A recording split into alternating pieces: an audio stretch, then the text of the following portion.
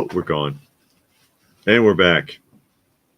And we're there. And hello, everybody. maybe someone can see us and maybe not as I adjust the microphone We there. got K Munin. He can see and hear. And Renard can see and hear. Metro Sky. And so can Metro Sky. They all can see and they all can hear us. I see. Hopefully they can hear us. Yeah. We'll find out in a moment. Let's move the microphone a little bit And there. hopefully y'all are having a very uneventful week. The events keep coming, but yes, it's whatever. It's starting to even out now, but that's how it goes. But if you did have an eventful week, I hope the events were good, that they were positive and it didn't bring you a lot of stress.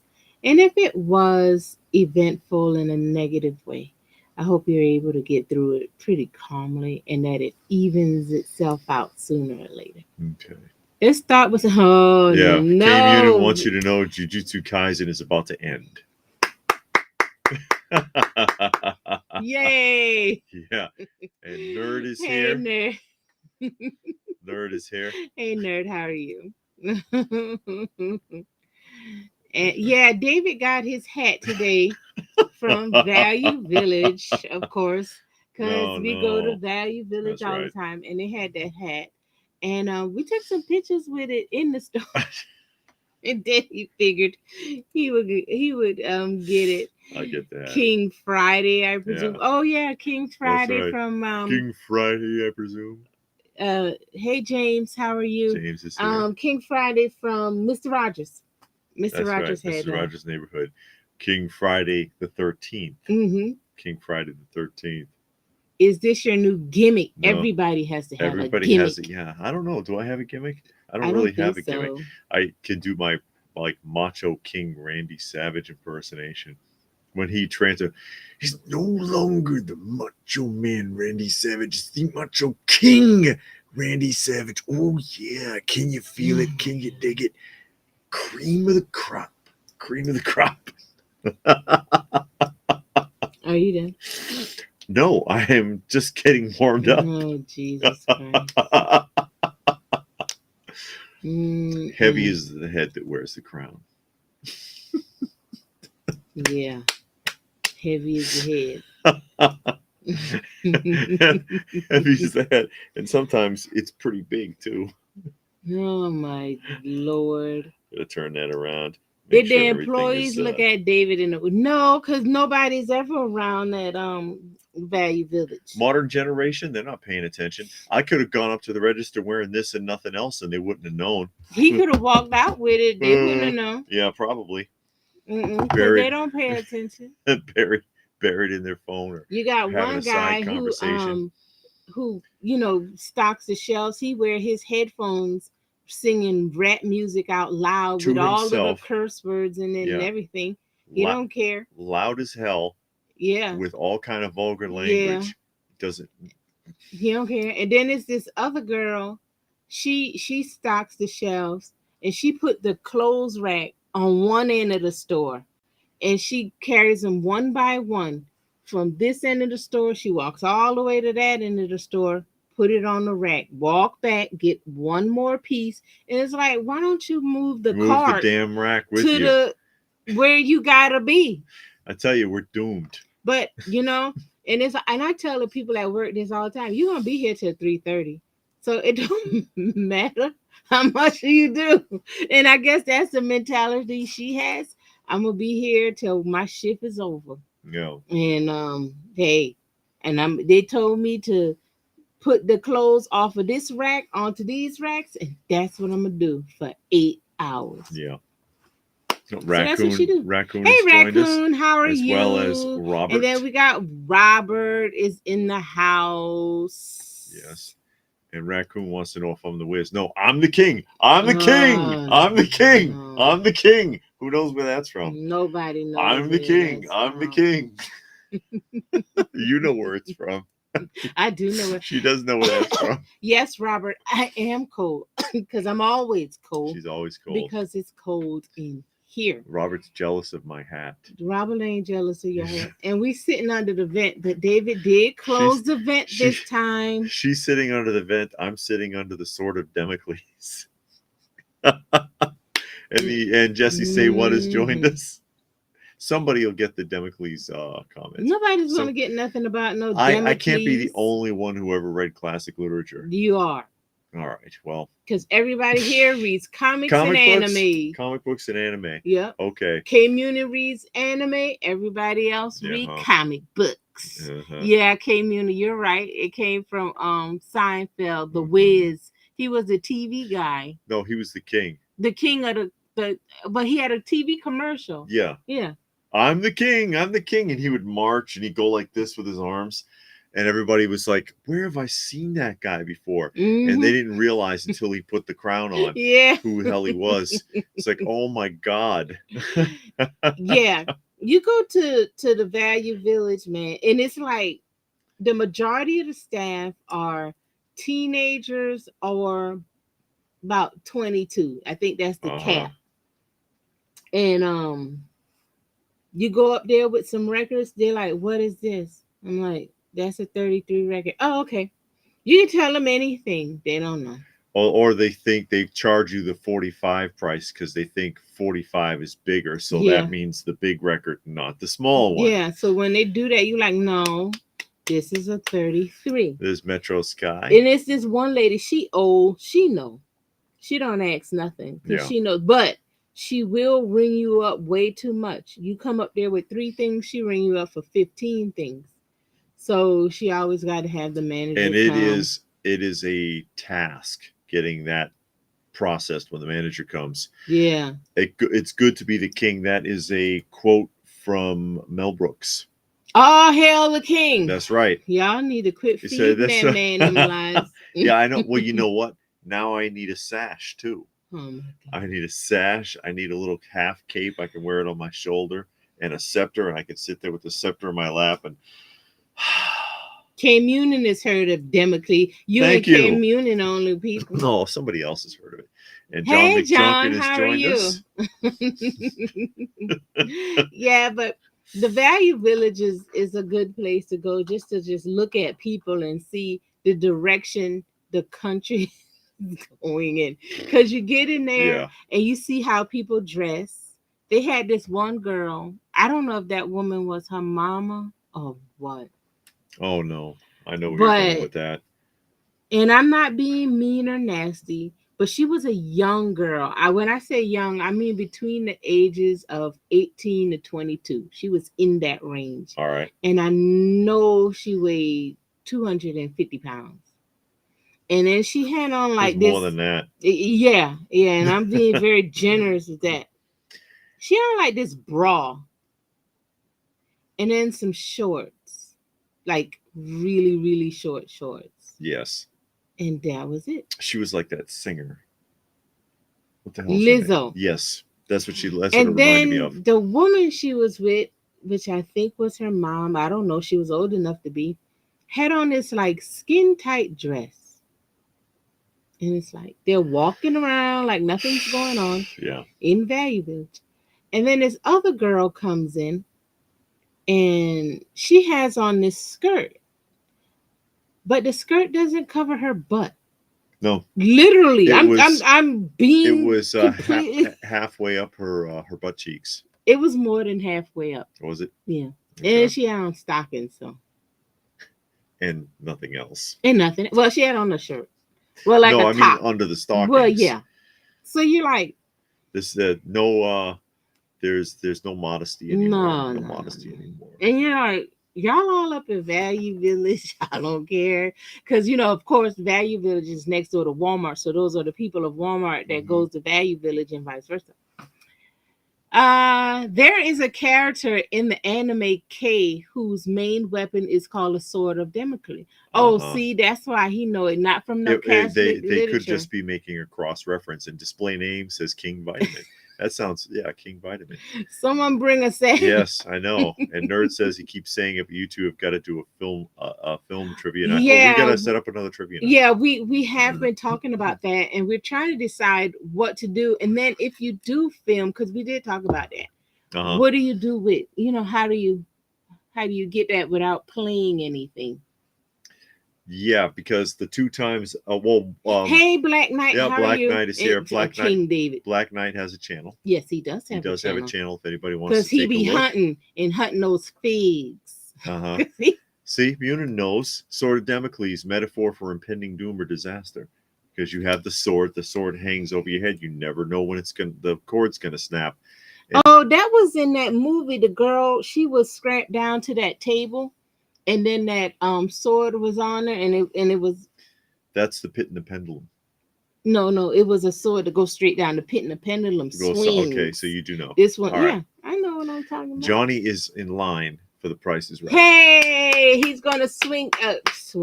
He's gonna spin the big wheel. Spin the big wheel. Come on, dollar. Come on, don't $1. Don't blow it, Johnny. Don't blow it, Johnny. Don't go over $1. Big money, big. Oh no, that's not. No, big money is Wheel of Fortune. Yes, yes. And I don't know if it's going to be Drew Carey or not. If Drew gives you a hard time, smack him one. Hello, sire. Yeah, and Trevor is here. Yeah, it's not the same since Bob Barker's not there. You know, when Bob Barker left, and it no modern game shows are. I can't watch them. They're flashing lights and they're loud, and I don't believe those are real people. I think they're actors. It feels like they all feel so phony. It's true. It's true. It feels like you're watching a bunch of actors. Yeah, because if you go back and watch some vintage game shows. I mean, even from the 80s, 70s, 80s, and look at the people, even the 90s. Look at the people and how they act. Yeah. Then watch a modern one. And it's like normal people don't act that way. I hope not. You know, they all like, oh yeah, we're here with my friends. Like they're too calm and too relaxed. But loud at the same time. Yeah, but oh yes, I'm so excited to be here. It's like, shut up. I have a trivia and no anime. Manga. Oh God! Like Victory would be exactly. We want to give other people a chance. He does try. Yeah, he does. But he moves too fast. Bob Barker took his time. Yeah. Plus, he can only do what they let him do. Yeah. Bob Barker was a different era, and I think the game show era is kind of dead, in my opinion. But now Drew Carey was good on Whose Line Is It Anyway? Yeah. I liked him on that. Whose Line Is It Anyway? I really like that show. It's funny. Because they do skits and it's all made up impromptu skits. So they come up or they call out in the audience, let's do something about whatever. And the audience will yell out something, or they'll get audience participation. They'll call 2 people up and they have to participate with the cast members. It's a real good show. It's funny. Mm-hmm. I'm getting Peter and the Wolf vibes. Oh, with the headpiece. Fumbling through the galaxy. He found his way here. He's fumbling through the galaxy. Yeah. Who is Peter and the Wolf? Aren't we all? Oh, it's a classic story. It is Peter and the Wolf. It's a classic story. I actually had that. I had that book from the Disney collection when I was a kid. Actually, yeah. Disney made a movie? I don't believe it. Really? Did. I don't think so. No. And so they didn't make a really good cartoon and then come back later and made 5 sequels and then a live action. No, that did not happen. So that didn't happen. The Wolf. No. And if they did it now, they'd ruin it.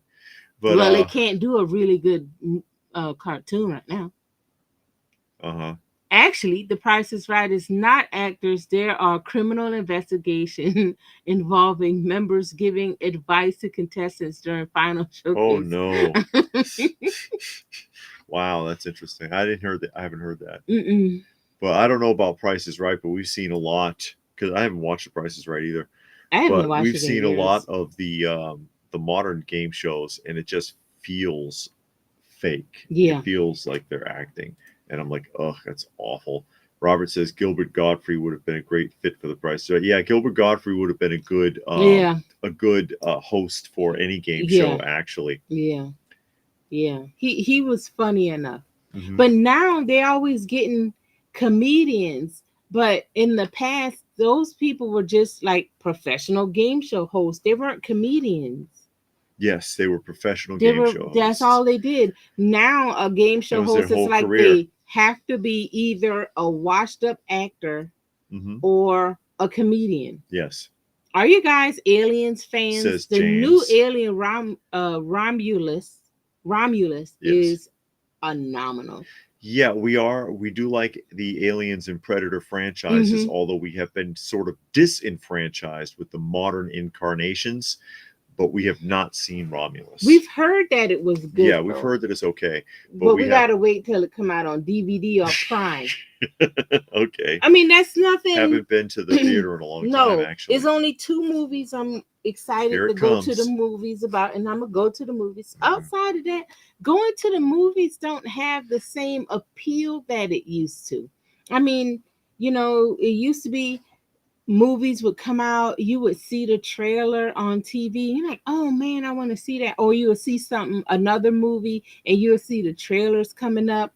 And you're like, oh man, I want to see that. You make a mental note, you count down, excuse me, you count down the days. Mm-hmm. Now it's like, no, I don't want to see that.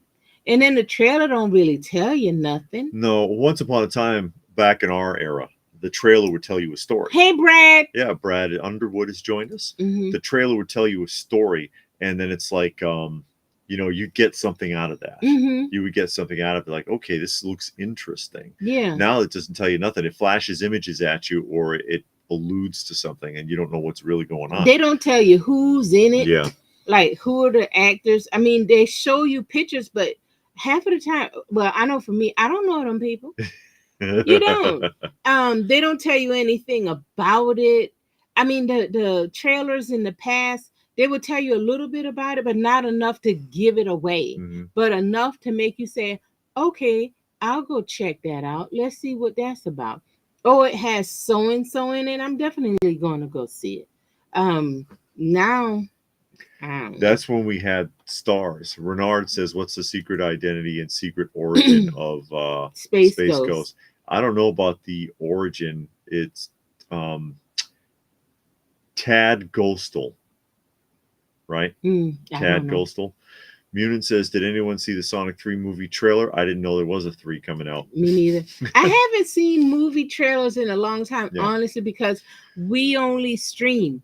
And if we are not streaming something, we're watching a DVD. Yes. So we don't really watch TV. But then, like I was saying, we don't have stars like that anymore. That's true, Trevor. Yeah, Trevor says Pat Sajak was the last real game show host. Mm-hmm. But we don't have stars like that anymore either. We don't have designated, wow, if somebody's going to be in a movie, I want to see it. Mm-hmm. Now it's like, you're not following an actor like people used to, where it's like, Stallone's going to be in a new film. He still does movies, but it's not the same because he's ancient now. Yeah. Which is why he did, what was it? Terminator? No. Oh. He's not in the Terminator. That's Arnold Schwarzenegger. But who did you say? Stallone. Oh, Stallone. He's in that TV show. But yeah. See how she like foibles my my train of thought. That's what I do. When you read in the Bible about a stumbling block. Here we go. This is what she does. She puts something in front of you and you fall on your face. But see how you do me? No, really, that's not true. But it's like, Stallone's going to be in a new movie, but he did the Expendables. Yeah. Because he was making fun of that concept of like, okay, here's all these actors that Hollywood has just kind of discarded because they don't give a crap about them anymore. Let's put them all in one film. But we don't have stars like that anymore. Who's left really? Tom Cruise, maybe. Where if Tom Cruise comes out with a film, people will go and watch it because they know he won't Hollywoodize the movie. Who's left really in that regard? Even I can't remember the name of the actor, the guy who played Falcon in Anthony something. Yeah, in the Avengers movies. Mm-hmm. He even said that. I saw him in an interview where he was like, we don't have actors anymore. We got characters. Yeah. People recognize the character now, but they don't care about the actor anymore because it's just kind of going away. Yeah. I agree with that. Robert thinks Bruce Campbell would have been a good good for prices, right? Patrick is here. Hey, Yeah. Patrick. And I'm still getting used to, yeah, now you got to get assigned seats. In the theater. Yes, that's Yeah, right. instead of just going and picking out where you want to. I guess, whatever. Back in the day, it was like the sinking of the Titanic, every man for himself. Mm-hmm. If it was crowded, man, you had to elbow your way into those good seats. Yeah, Anthony Mackie. Yeah. That's his name. Oh, thank you. Fumbling says. Mm-hmm. Mm-hmm. And Austin has hey, joined Austin, us. how are you? I couldn't name you any Unit, modern actors. Yeah. I mean, I know a few, only because like I know a couple of them because I've watched those superhero movies. Yes. So you kind of get to know some names there. Yeah. But the thing that gets me is you watch these commercials and they're showing you people and you know that they're supposed to be somebody but you don't know who the hell they are. And it's this one lady, she's on all these commercials and they show her like you know who that is. And I'm like, okay, I know they want me to know who this is. Not only do I not know, I don't care to find out. I don't even care to find out who that is. Robert says The Rock and John Cena. Yeah, but the majority of people aren't sitting there going, "Oh, gee, I sure hope John Cena is going to be in another movie." And if John Cena is going to be in such and such, gee, I got to go and see that. Oh, Blue Splash had a rough week. Sorry to hear that. Hey, Blue Splash. Yes, had an eventful week and it's been negative. So I hope you were able to get through it pretty good. And the sun is shining on the other side because, man, it's been rough for the last few months. Black Knight says Tom Hanks or Denzel Washington. Yeah, but they're fading. They're getting older and they're fading. Getting older. Yeah, fading away. Yeah. Which happens, and again, that brings me back to the Expendables reference. Yeah. Where Hollywood throws them away after a while. In commercials, a lot of actors are in commercials. They're in the car commercials, the that hotel commercial. They're in all of these commercials. Yeah, do you need the money that bad? How much is that costing? How about you not put that pay millions for an actor to voice over you, a famous actor to voice over your commercial, and pass the savings down to us for a change? Oh, you're Severus Snape. Severus Snope. Oh, okay. Okay. Now we know. Yes. Okay, he rebranded himself. I see. Okay, now we know who we're dealing with. Updating his name, changed his handle. Yeah, but now you got all of these actors in commercials when before it was you had, I don't know if they were mascots, but you had certain people and they did that commercial or they did commercials and that was it. They weren't really actors per se. That's in movies and TV shows. But every now and then you might have a big name, especially like during the holidays, during Christmas was the main time you would have an actor. But now almost every commercial has some type of actor, movie, TV actor in there. And as Tom Hanks, it's Nerd just mentioned in there. And Big is a good movie. Yeah. Tom Hanks, it reminds me of his voiceover in the Simpsons movie where he says he's advertising something for the federal government as himself. And he says, "Hi, federal government no longer has any credibility, so they've rented some of mine so that I can describe this." And I'm like, yeah, that's brilliant. Actually, that's exactly what it is. These companies have no credibility, but they're going to rent some for a lot of money. And I guess that's maybe what they're doing with hiring all these actors in commercials, because it's like, okay, people are going to know this actor and they're going to trust them if we put them in a car and driving up a side of a mountain that nobody on earth will ever do, or driving through a riverbed. No one's going to do that in that vehicle. No, nobody's going to do that.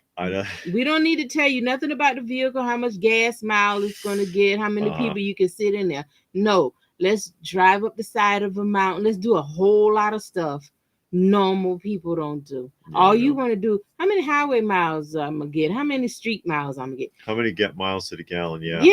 How many people I can get in here? Do I have enough room to put a TV capacity? in there? What's the towing capacity? So on and so forth. No, they don't tell you any of that anymore. Mm-mm. Look at the old car commercials. Pull up car commercials from the 60s, 70s, 80s, and it gave you a breakdown of the specs on what the vehicle was capable of. Yeah, they You would don't see that load it up anymore. with bags of groceries. Like, man, I could put a lot of groceries Yeah. in there, or I could put a whole TV Or in they'd show there. you transparencies of the Yeah, vehicle and something. people sitting in it, or tell gets X number of miles to the gallon. Or they would tell you the difference, city and country miles. Yeah, Open road and city, because stopping and going yeah. uses more Versus, gas. yeah, Yeah, air conditioning, power, well, all that standard. yeah. No. They don't do that anymore. They No. try to give you a keeping up with the Joneses feel in the automobile commercials, where you're supposed to be making your neighbor jealous, or you're cruising down the street because you're like this cool like TikTok influencer or something, and you get all these fluorescent lights and crap, and it's like, please, it's just Tom give me a Cruise is break. the last true It was superstar. Jesus Christ Superstar, I wish Carl Weathers had been in one of the Expendables movie. says Brad. Yeah. He would have been good for it. And Robert says YouTubers are taking over movie stars. Are they?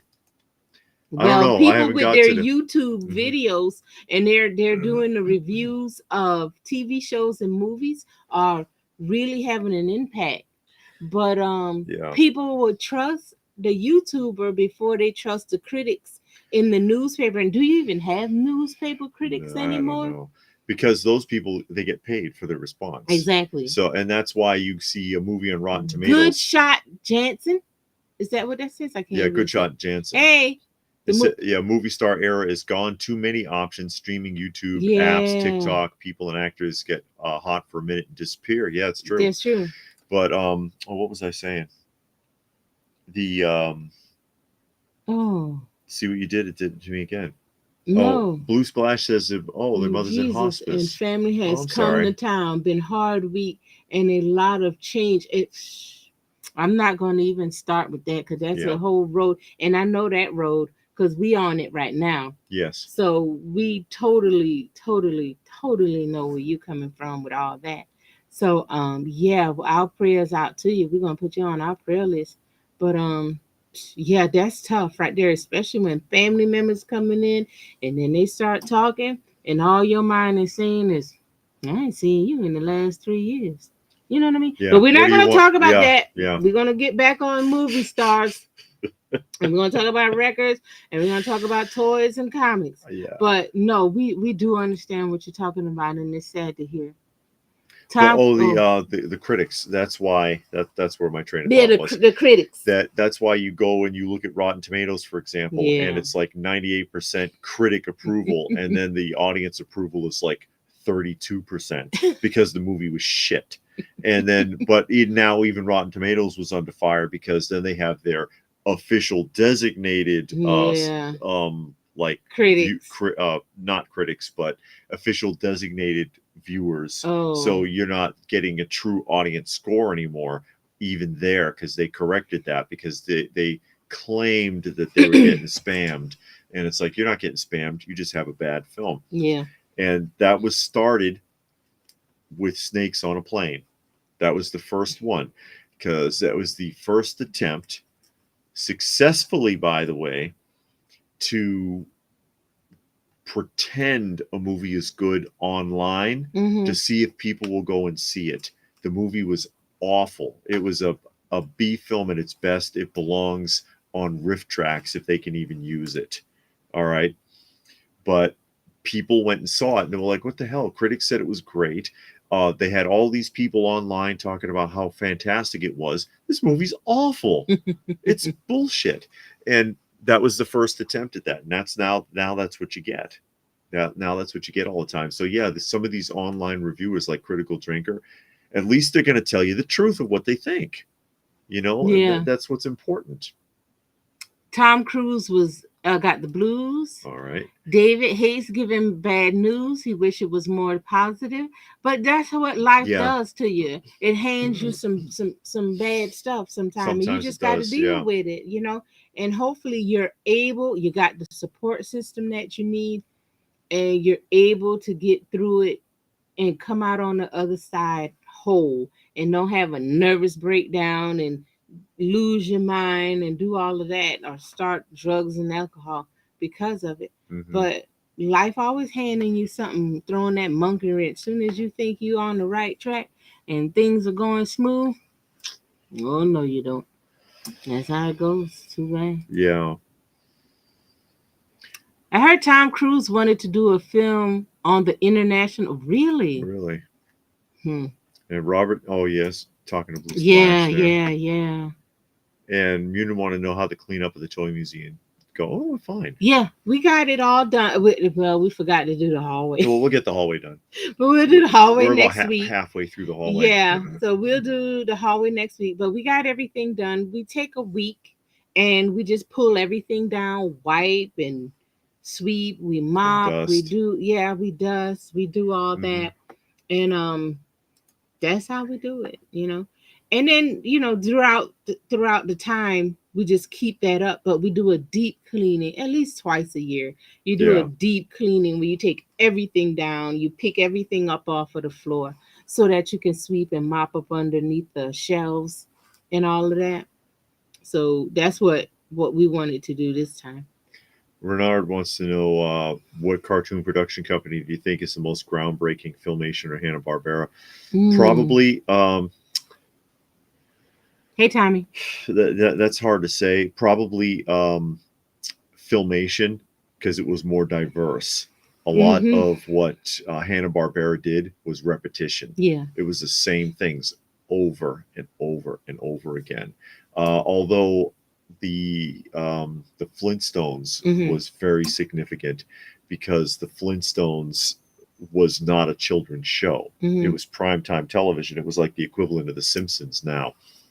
But most of the rest of what they did, get any of those shows, Scooby-Doo, Charlie Chan and the Chan Clan, any of them. God, if I could just off the top of my head remember some of the other ones. But it's a bunch of teenagers running around, Jabberjaw. They even repainted their own panels over and over for different shows. And, when you're a little kid, you don't notice. Yeah. A lot of people running around is what Hanna-Barbera did. And it would, they capitalized a lot in Saturday morning entertainment, but most of their stuff was identical to everything else. Munin says, "Did you hear they're making it all female?" Oh, I heard that. Fight Club, all female. Yeah, that'll be about as successful as the all female Ghostbusters, I'm sure. Tommy Fletcher's joined us. Yeah. Uncharted Reviews is here. Yeah. We see female fights all the time, I know. Sure you do. Love the hat. Yeah, Blue Splash. Yeah, it's my finally found something that was worthy to wear on my head. I always thought movies that critics score high were bad movies. I always thought that too. Sometimes, usually that's how it is. Usually, but not always. And you'd be surprised sometimes. Like, what was the name of it? Siskel and Ebert. Even them you couldn't really trust, because they gave 2 thumbs up to Domino Harvey, and that movie was garbage. I turned it off after 15 minutes. What movie? Domino Harvey. Oh, I never. The Bounty Hunters. It was a bounty hunter. Hey, Andorian. Historically, acting was not a lucrative profession until the movie star era. Maybe they're getting an economic correction now. But they're not even actors. If you see these modern movies with these modern people, especially the people that Disney is putting out, they have no ability. They have one facial expression. Yeah. Their don't tone, emote. Their tone is the same.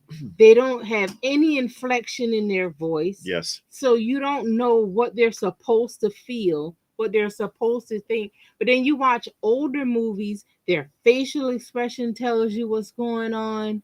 Their voice, the inflection in their voice, their mannerism, how they move, how they walk, how they sit. Everything tells you what you're supposed to know.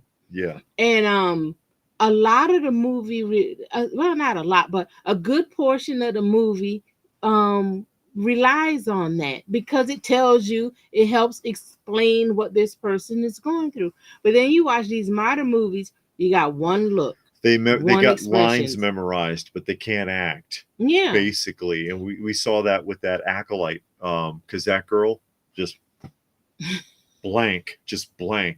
And it's like, God, can you act at all? But or it's you just have like, this one locked expression and just kind of mumble to yourself and and it's like, well, this is acting.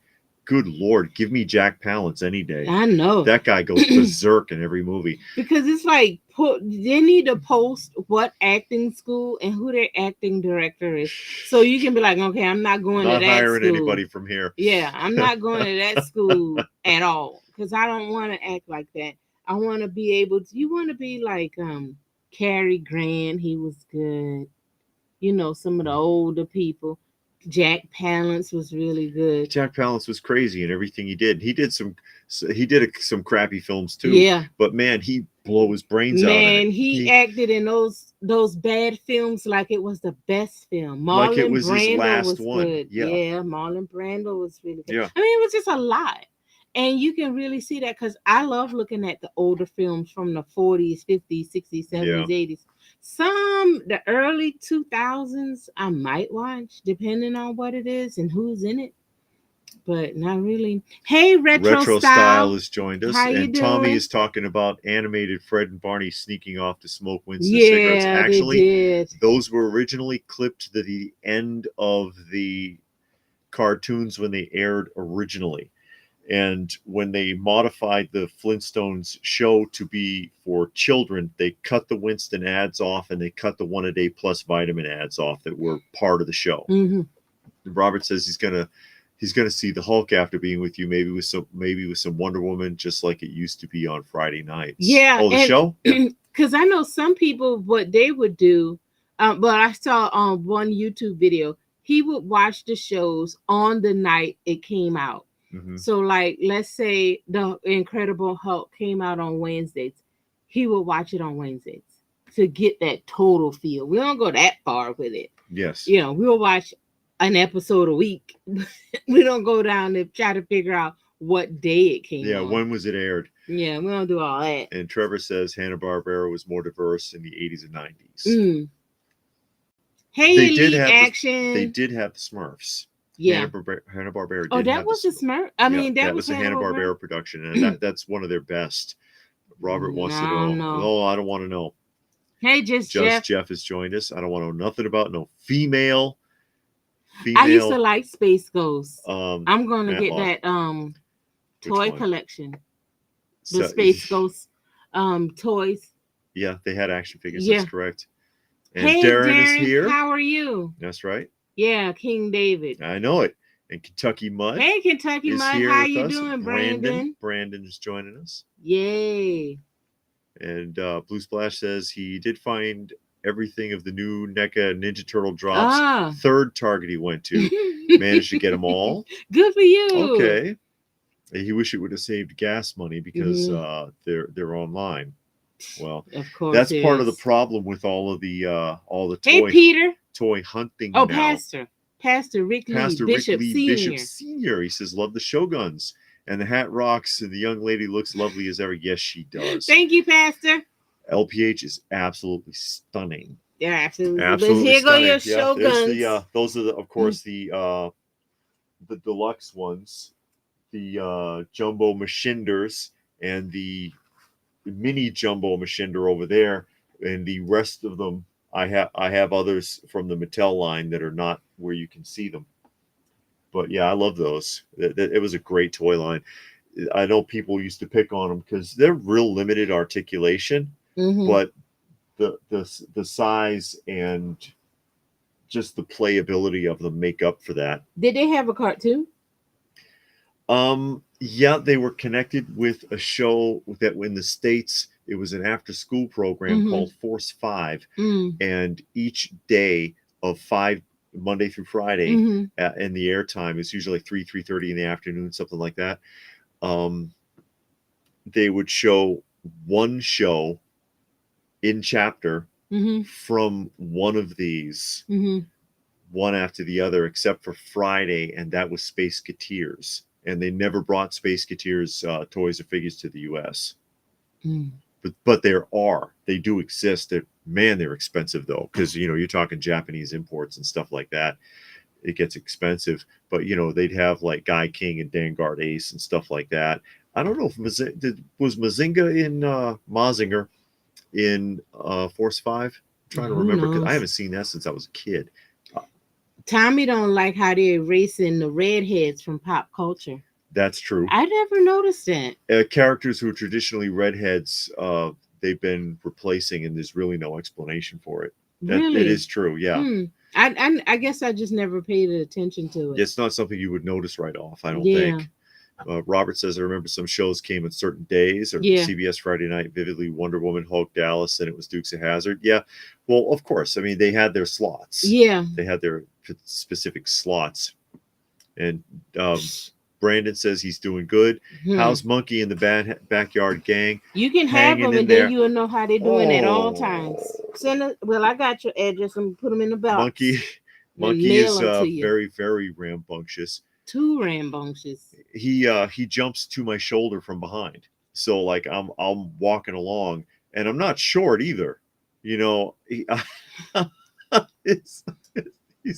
He's clearing nearly 6 feet to hit me, and then suddenly, pow! There's a cat on my shoulder from behind, and there he is looking at me, and it's like, golly, cat, give me a break. Yeah, but he gets on the other cat's nerves because all he wants to do is play. That's all he wants to do.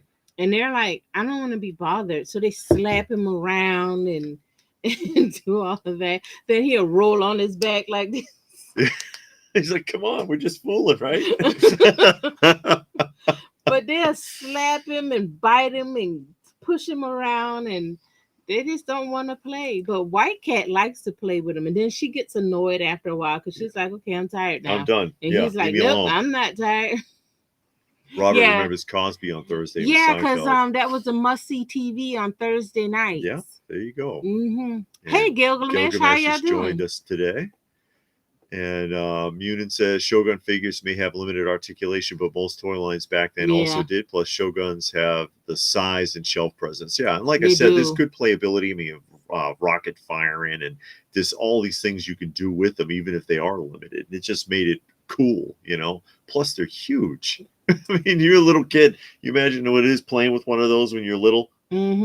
It's like they're just a hair short of 2 feet tall.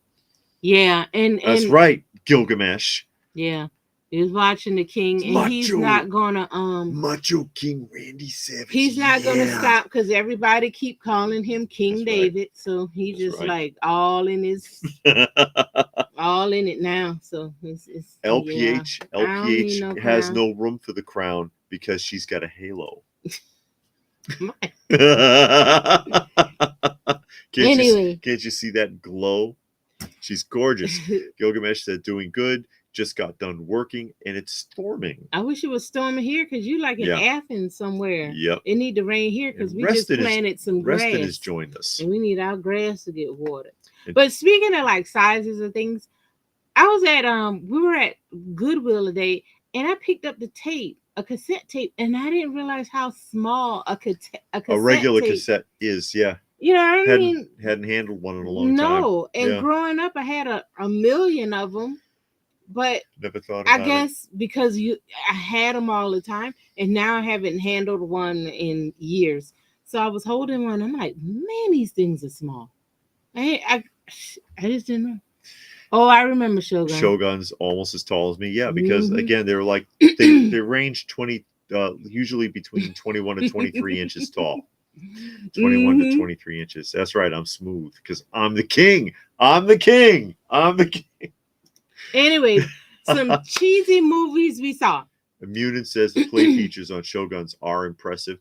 The Popies are better though. Remember, by the time that Mattel got these to the United States, they took a lot away, especially the Guy King down here on the end. The Guy King right here. The original Popie one looks more like this, with a big protruding chest piece that's an extension. It comes way out. And then the horns are massive on the Popie version. And you can take the horns off, remove his head, pop his arms out, and put the horns right into the shoulder joints. So it looks with the extended face plate like you see here, because that is supposed to be a face on his chest. It looks like the complete head of the dragon. and they all had extra fists, extra features, extra rockets, weapons, all sorts of things that when Mattel brought it here, they took all that away because they didn't want to pay for it. They didn't want to pay for it. Back to what I was saying. Yes, what were you saying? Some cheesy movies we saw. Oh, no. Kung Fu Zombie. Oh, God. That is fantastic. Kung Fu Zombies is nuts. It is and on the zombies, Tubi. They hop, by the way. They're like bunnies. They hop. Yeah. Ooh, and they're not zombies, they're ghosts. But they hop and they No. That they were, you talking about the other one that I'm about to mention. Okay, you tell me. The Kung Fu Zombies, yes, were the people that had died, and the guy was trying to put their spirits, put somebody else's spirit in them. Oh, yeah. Okay, I know which one you're talking about. Yeah. That was nuts too. Yeah. And the one it's guy on Tubi. The one guy got thrown out of the temple. Yeah. Because he tried to eat a dog. He went to the Buddhist temple for safety. Yeah. From the zombies. From a ghost. And you take a vow, you Buddhist, you're vegetarian or vegan or whatever. He only had to wait 2 weeks. Yeah. 2 weeks, he couldn't do it. He's eating a dog and everything. That movie was crazy. Yeah. It's on Tubi. And the next one is Kung Fu Beyond the Grave. That's the one with the ghosts. That's the one with the ghosts. And the ghosts, the guy tries to conjure up a spirit to as an assassin. Yeah. And then all these ghosts show up and they're like, we'll do it. You can hire us. And then Dracula shows up. And remember, Kung Fu movie, Dracula's an actual European. Yeah. And he's like spinning around and flying, and that was pretty funny. Man, it's on, both of those are on Tubi. So if y'all like some cheesy Kung Fu movies or just Kung Fu movies and different ones, try those two out. Kung Fu Beyond the Grave, yes, and Kung Fu Zombies. Kung Fu Zombies. Those two movies are absolutely nuts. Yeah, they are. So good.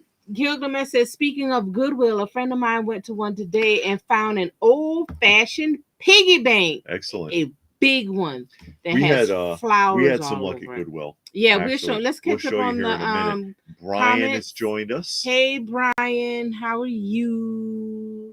And I was incognito when I sent the Real Mousers fig you didn't have on Facebook. Oh, okay. Yeah, there's one that's not pictured on the back. Mm-hmm. And actually, there's a second now, too. There's two that are not pictured on the back from the video that I did. Cam Union has never handled the tape.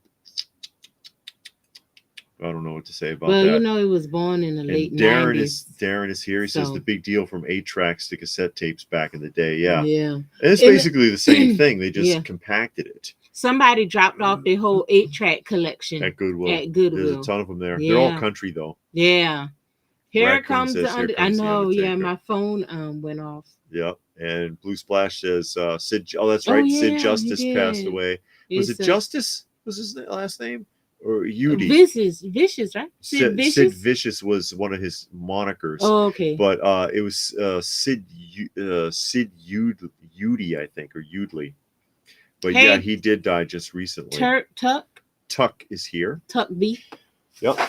Joining us today. David's going to show y'all what we got at Goodwill. I found a bunch of these, and it's like kind of ridiculous, but they were really cheap, and it is very nostalgic. And Munin says what Mattel did to the Shogun and Guy King figures is what Hasbro does to Beyblades in regards to parts. Yeah, they didn't want to pay for all that. But this is your huge flashback moment for those of you who are in the know.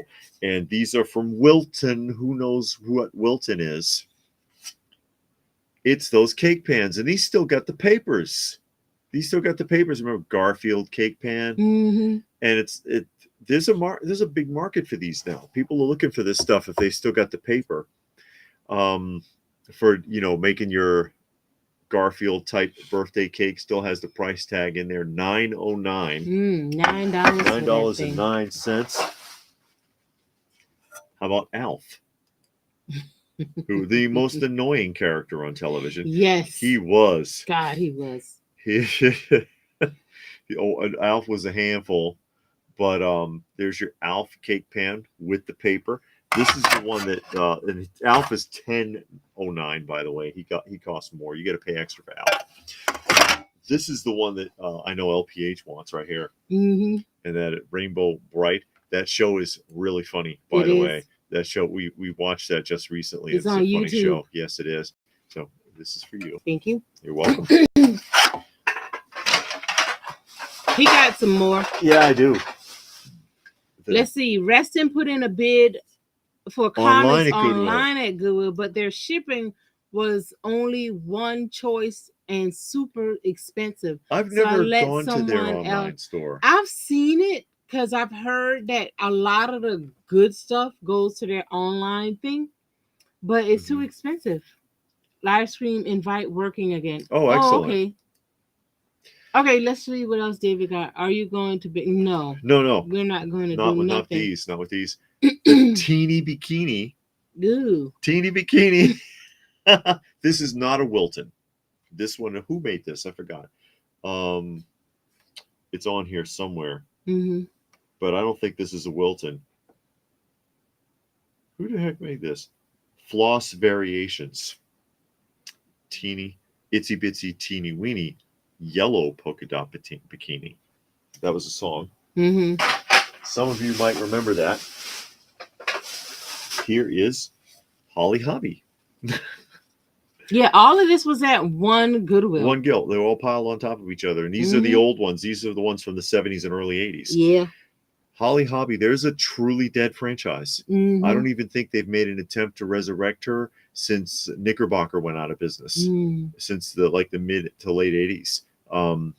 Holly Hobby it's gone. It's gone. Mm-hmm. You know, Raggedy Ann and Andy are there too, I think. I think they're done. Yeah. These do not have the papers, but actually they're worth more than you would think. R2D2, that's the original R2D2 cake pan.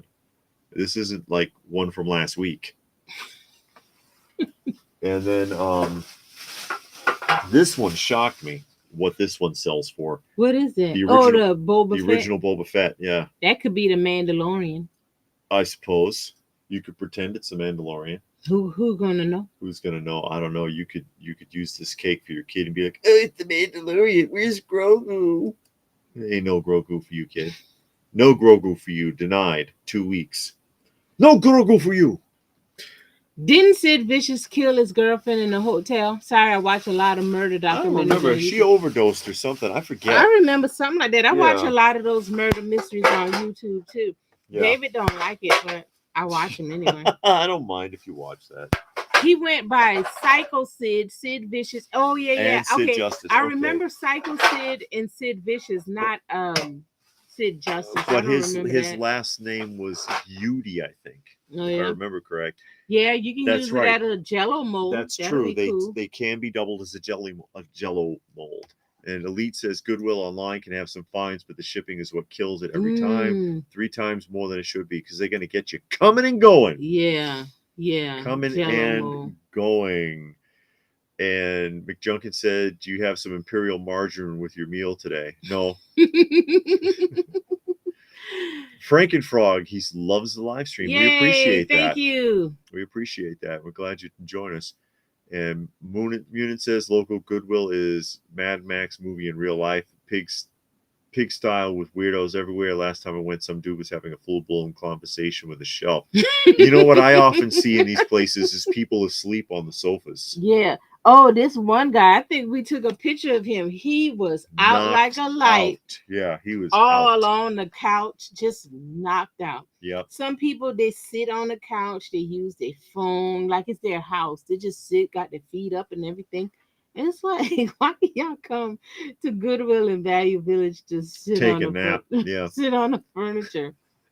Well, they tell you not to sit on the furniture. They put signs on it. Yeah, well. Do not sit. How am I going to know if I'm going to like this? Exactly. If I can't get comfortable. They tell you don't feed the animals either. But, yeah. You know. Somebody's got to feed them. So, yeah. Blue Splash liked Sid when he was in ECW. And the judge would go to the ring and tell the opponent you're guilty. And Sid would powerbomb them through a table. Oh, my God. And Nerd says he was accused of killing Nancy, talking about Sid Vicious, the punk singer.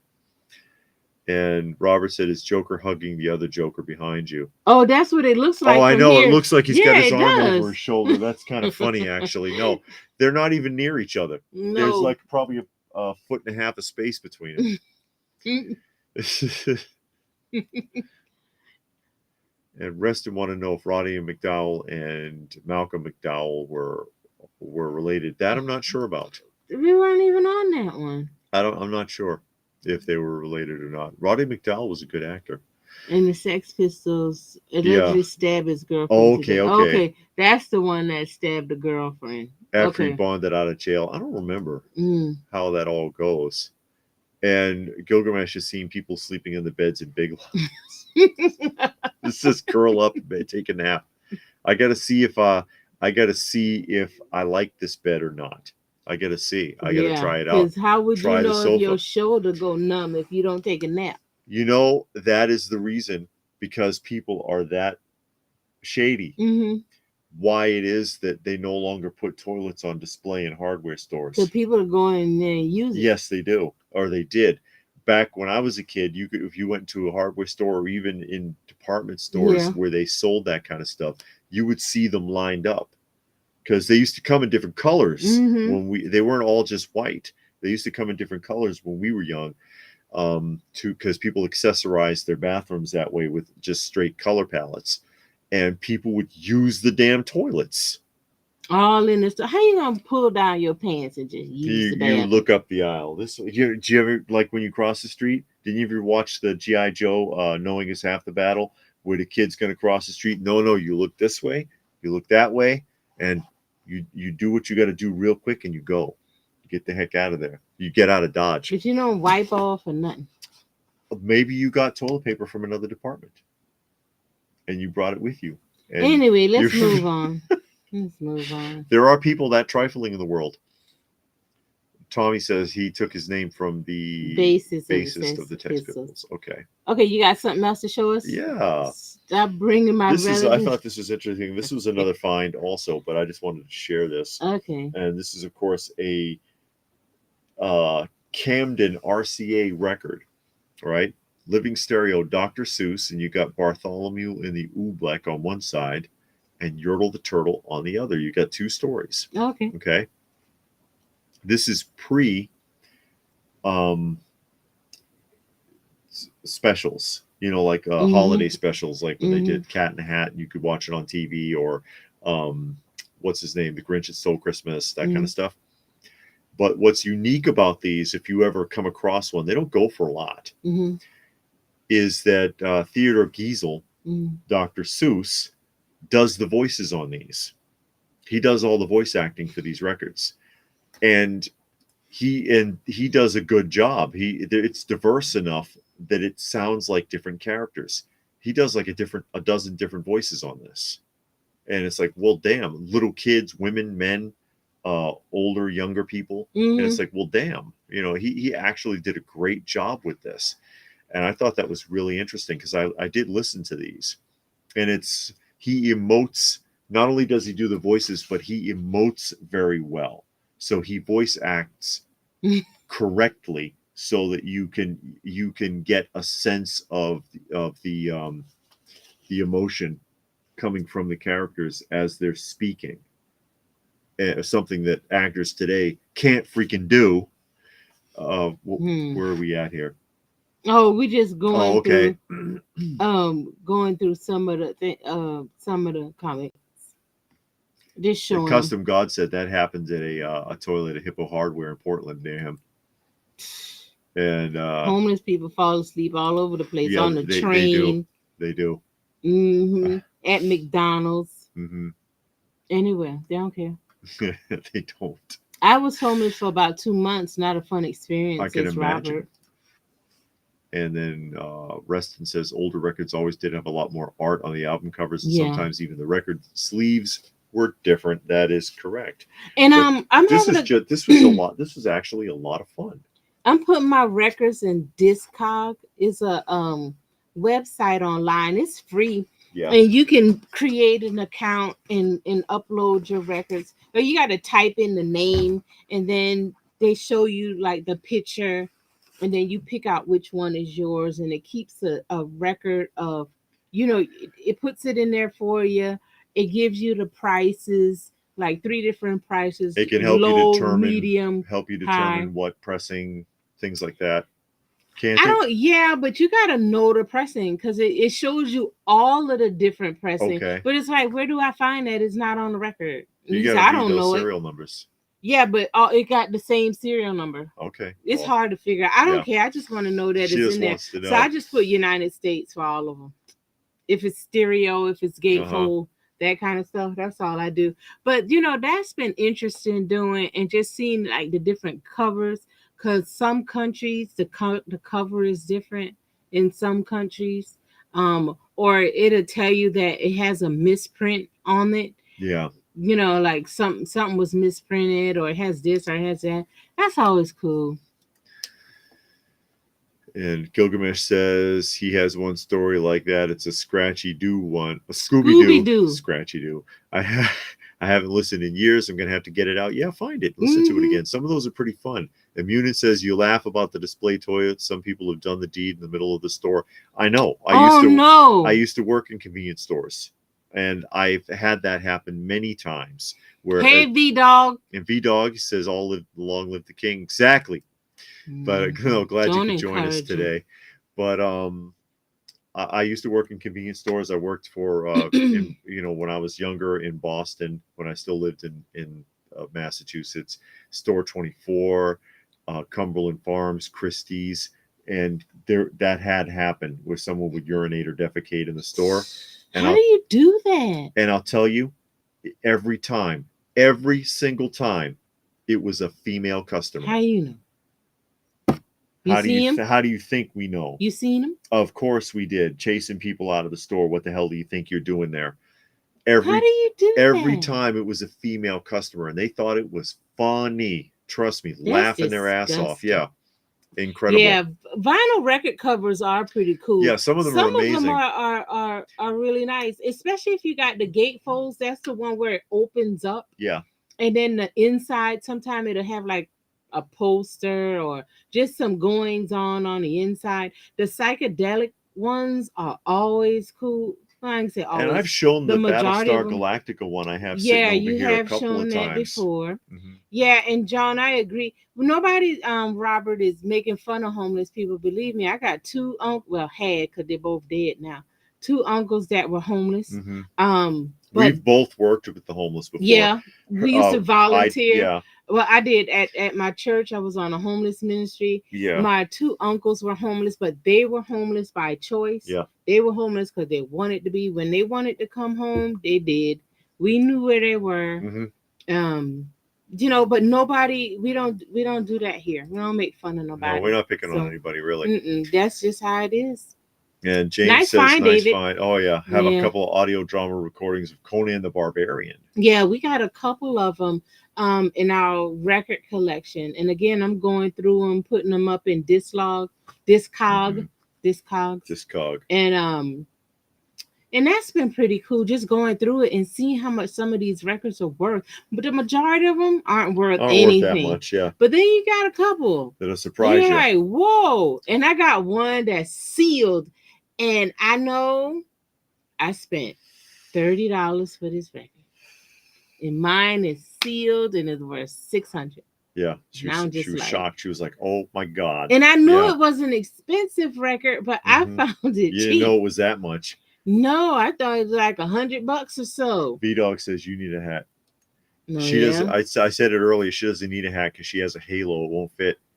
It'll burst into flames from the holiness.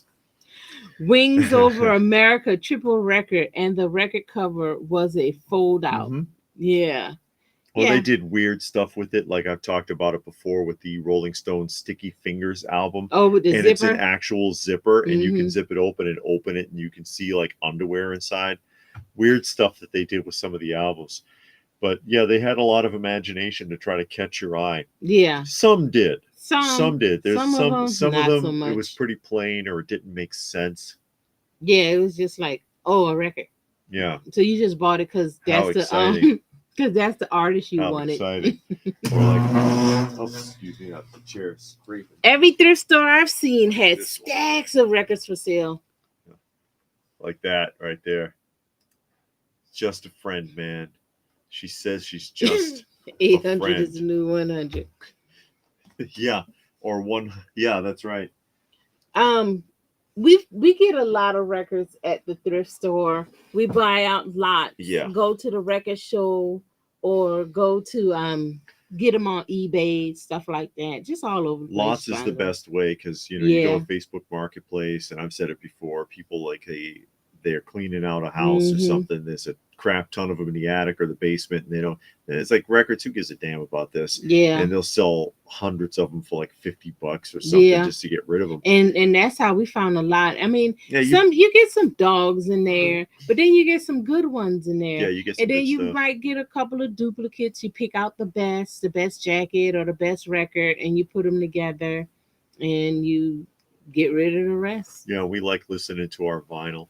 Because we spin records pretty much every day. Yeah. And then I piecemeal together new record, a new stereo system. Yes, she's been working on getting I that found together.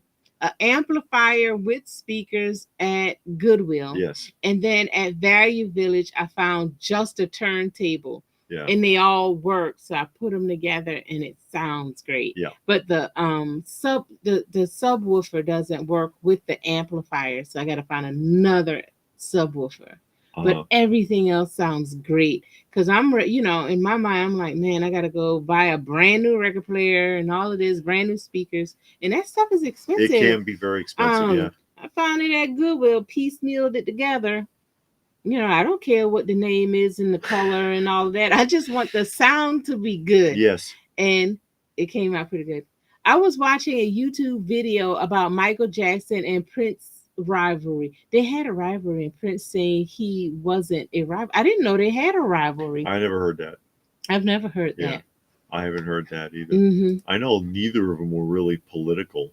No, which is and I never knew them to do anything together. I think it probably would have been really good if they had got together and did a collaboration, at least on one song.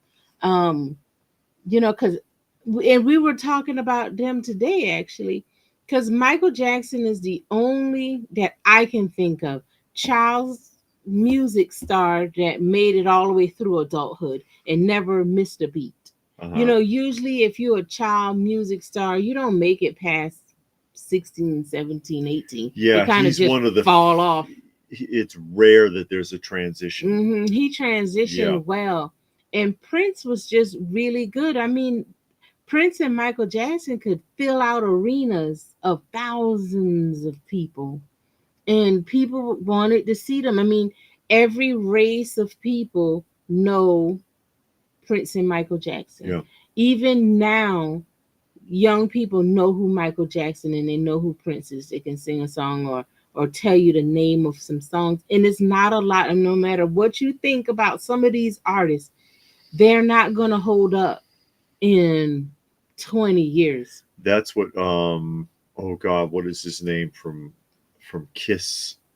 Was saying. Yeah. Paul Stanley? I don't know which one. I'm trying to remember. Gene Simmons. Gene Simmons was in an interview. It wasn't that long ago either. And he was saying that. He says, do you like, he was like, name anybody from the last 20 years. He was like, I guarantee you no one from the last 20, 25 years is going to be remembered like we are now, or like any of the big stars. Talking about, I think he mentioned Michael Jackson, Michael Jackson or Led Zeppelin or Rolling Stones or anybody. He was like, James Brown, but nobody is going to remember them 50 years from now. All the biggest stars out there in the music industry right now, because they get nothing. No. And then he was like, name somebody from the last 20, 25 years. And then the guy said, how about Nirvana? And he says, okay, I'd grant you Nirvana, even though they only technically had 2 studio albums. They were different enough. I'll give you that one. But anyone else? And the guy's like, can't think of anybody. Couldn't think of anybody. No. And I mean, I like all kinds of music Sure. and it's all about the sound, what you're talking about, how you feel. You listen to this music today, and we talked about this so many times, I know. Um, you don't know who these people are. Every artist had a sound. Mm-hmm. You knew when Chicago was coming on because they always started with the brass instruments, and then they started. You knew Led Zeppelin, Mick Jagger's voice, Mm-hmm. you knew the Who's voice, everybody's voice.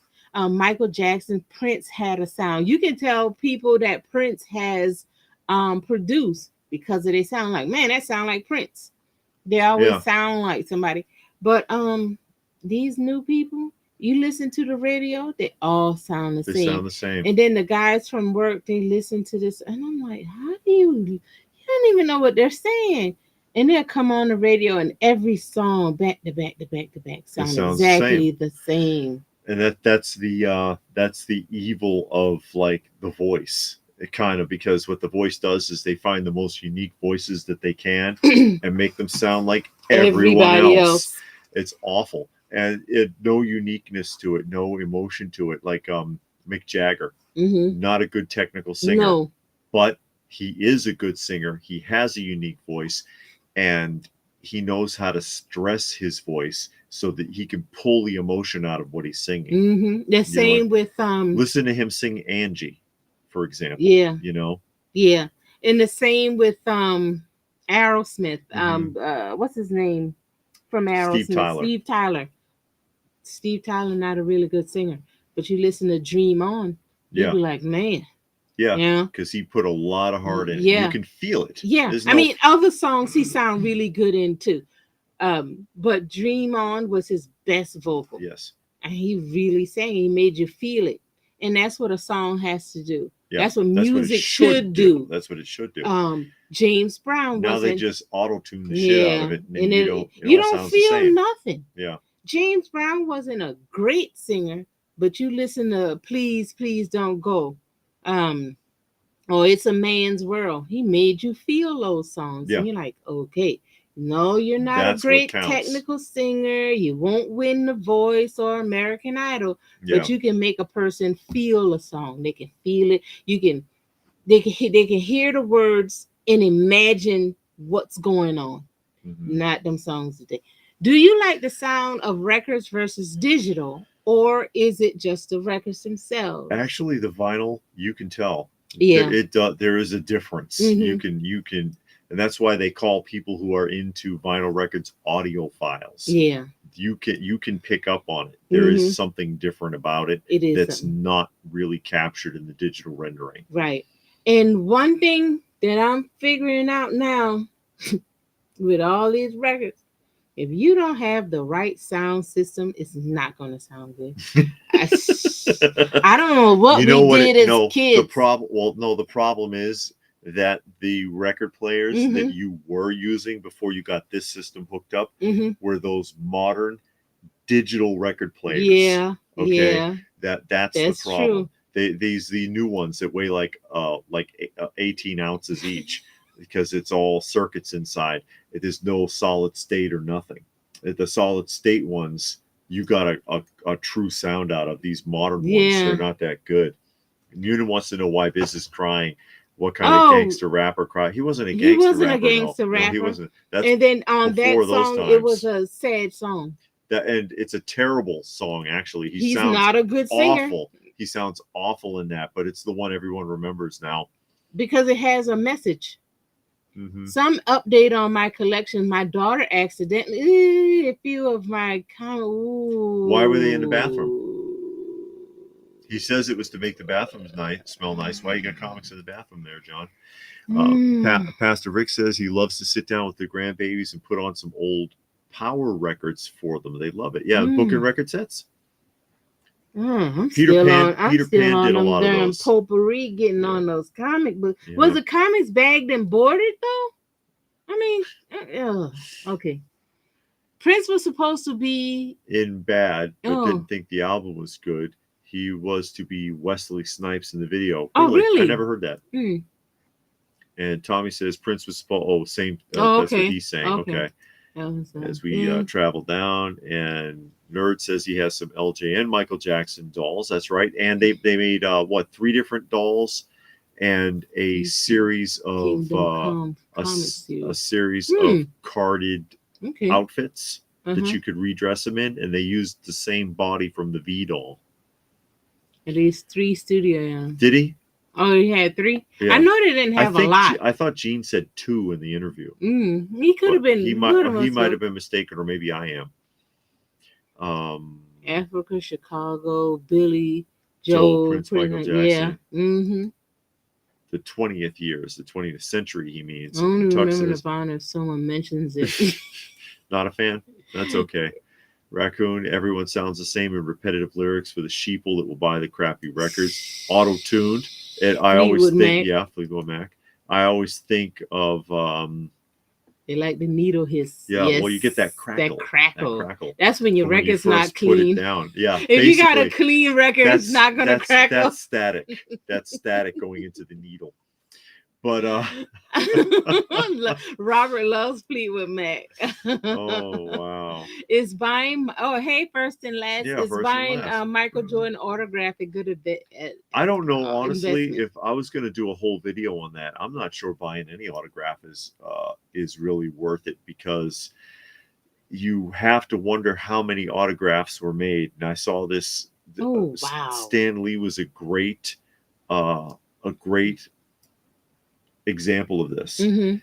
Stan Lee was signing autographs since the 70s. Okay. He must have signed 10 million things in his lifetime. Who knows? And when he died, eBay was flooded. There must have been 50,000 auctions with Stan Lee autograph. Okay. What do you think it's really worth? Not nearly as much as you paid for it, especially in the last few years of his life.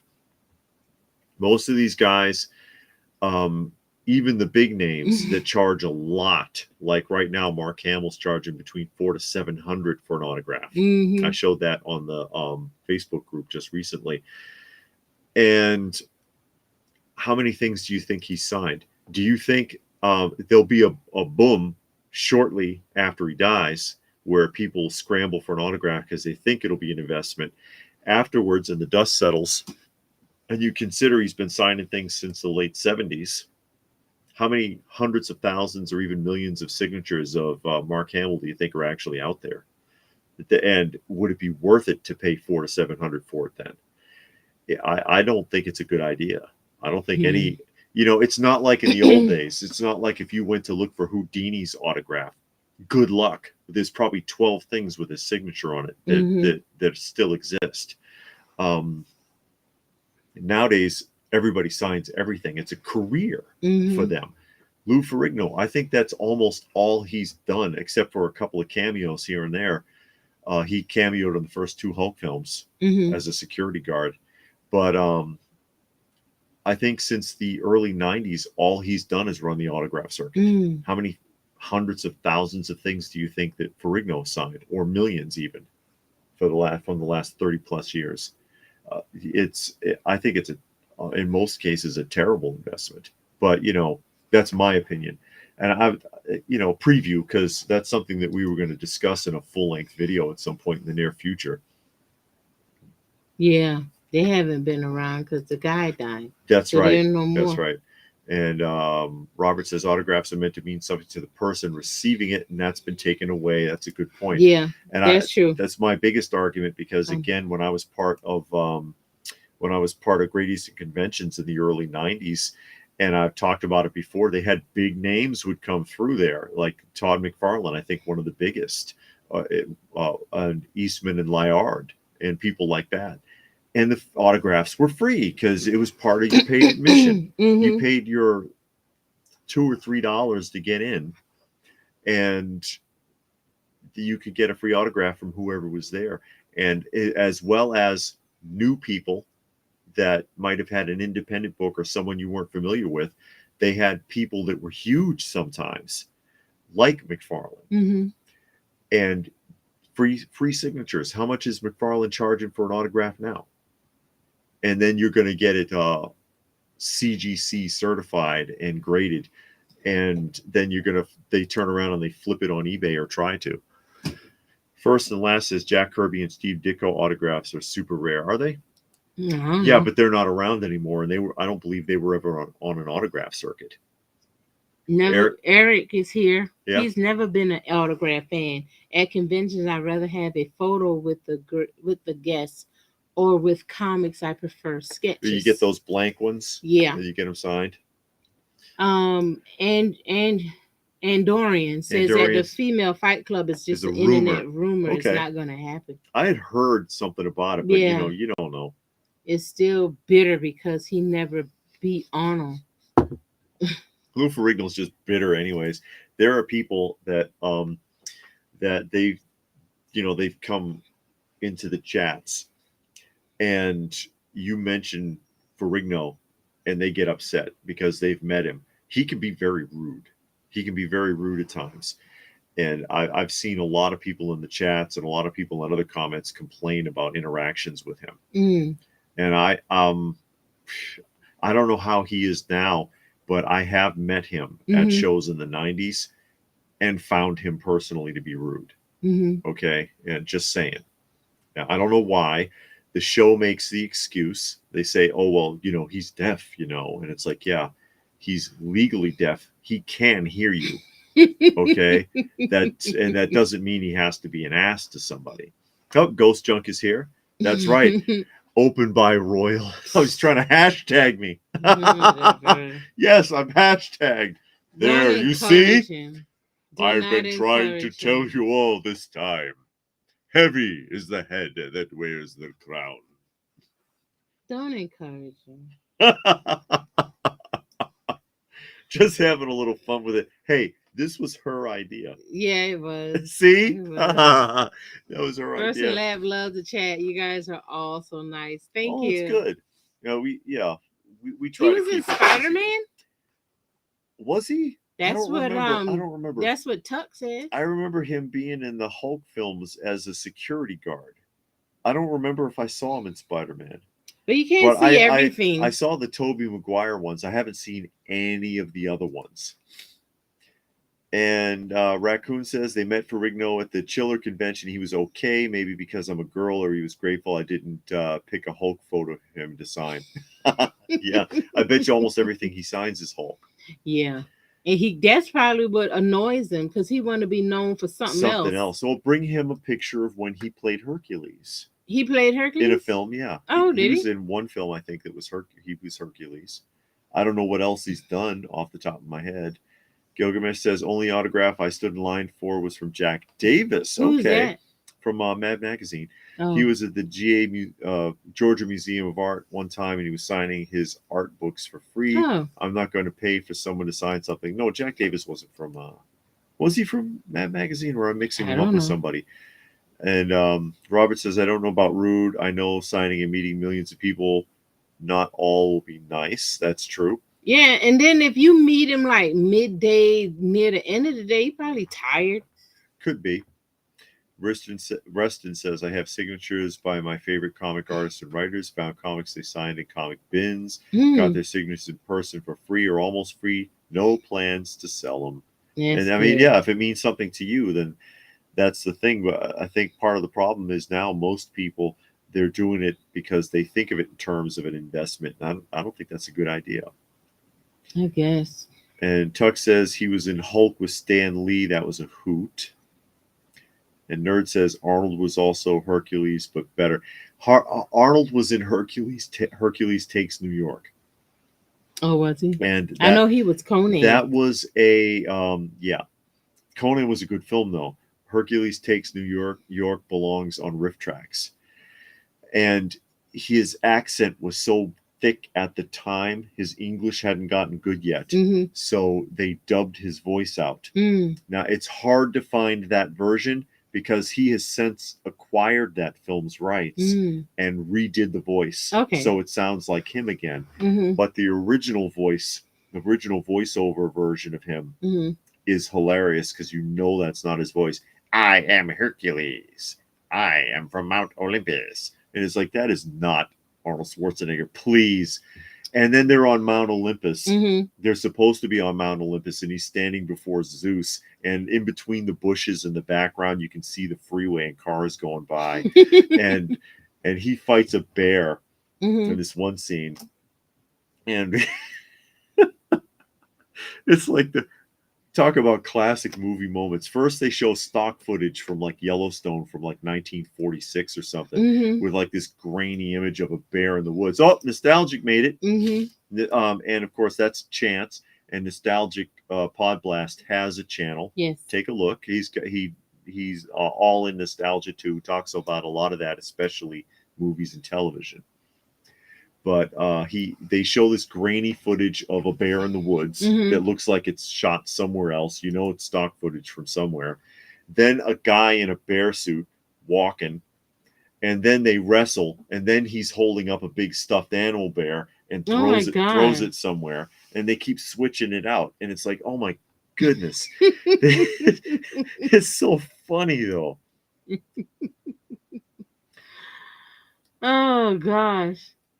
Okay. Greg the Hammer Valentine was a butthole when I got his autograph at a car show. He was at a car show. Hey, hit that like button. Yeah, thank you, Nostalgic.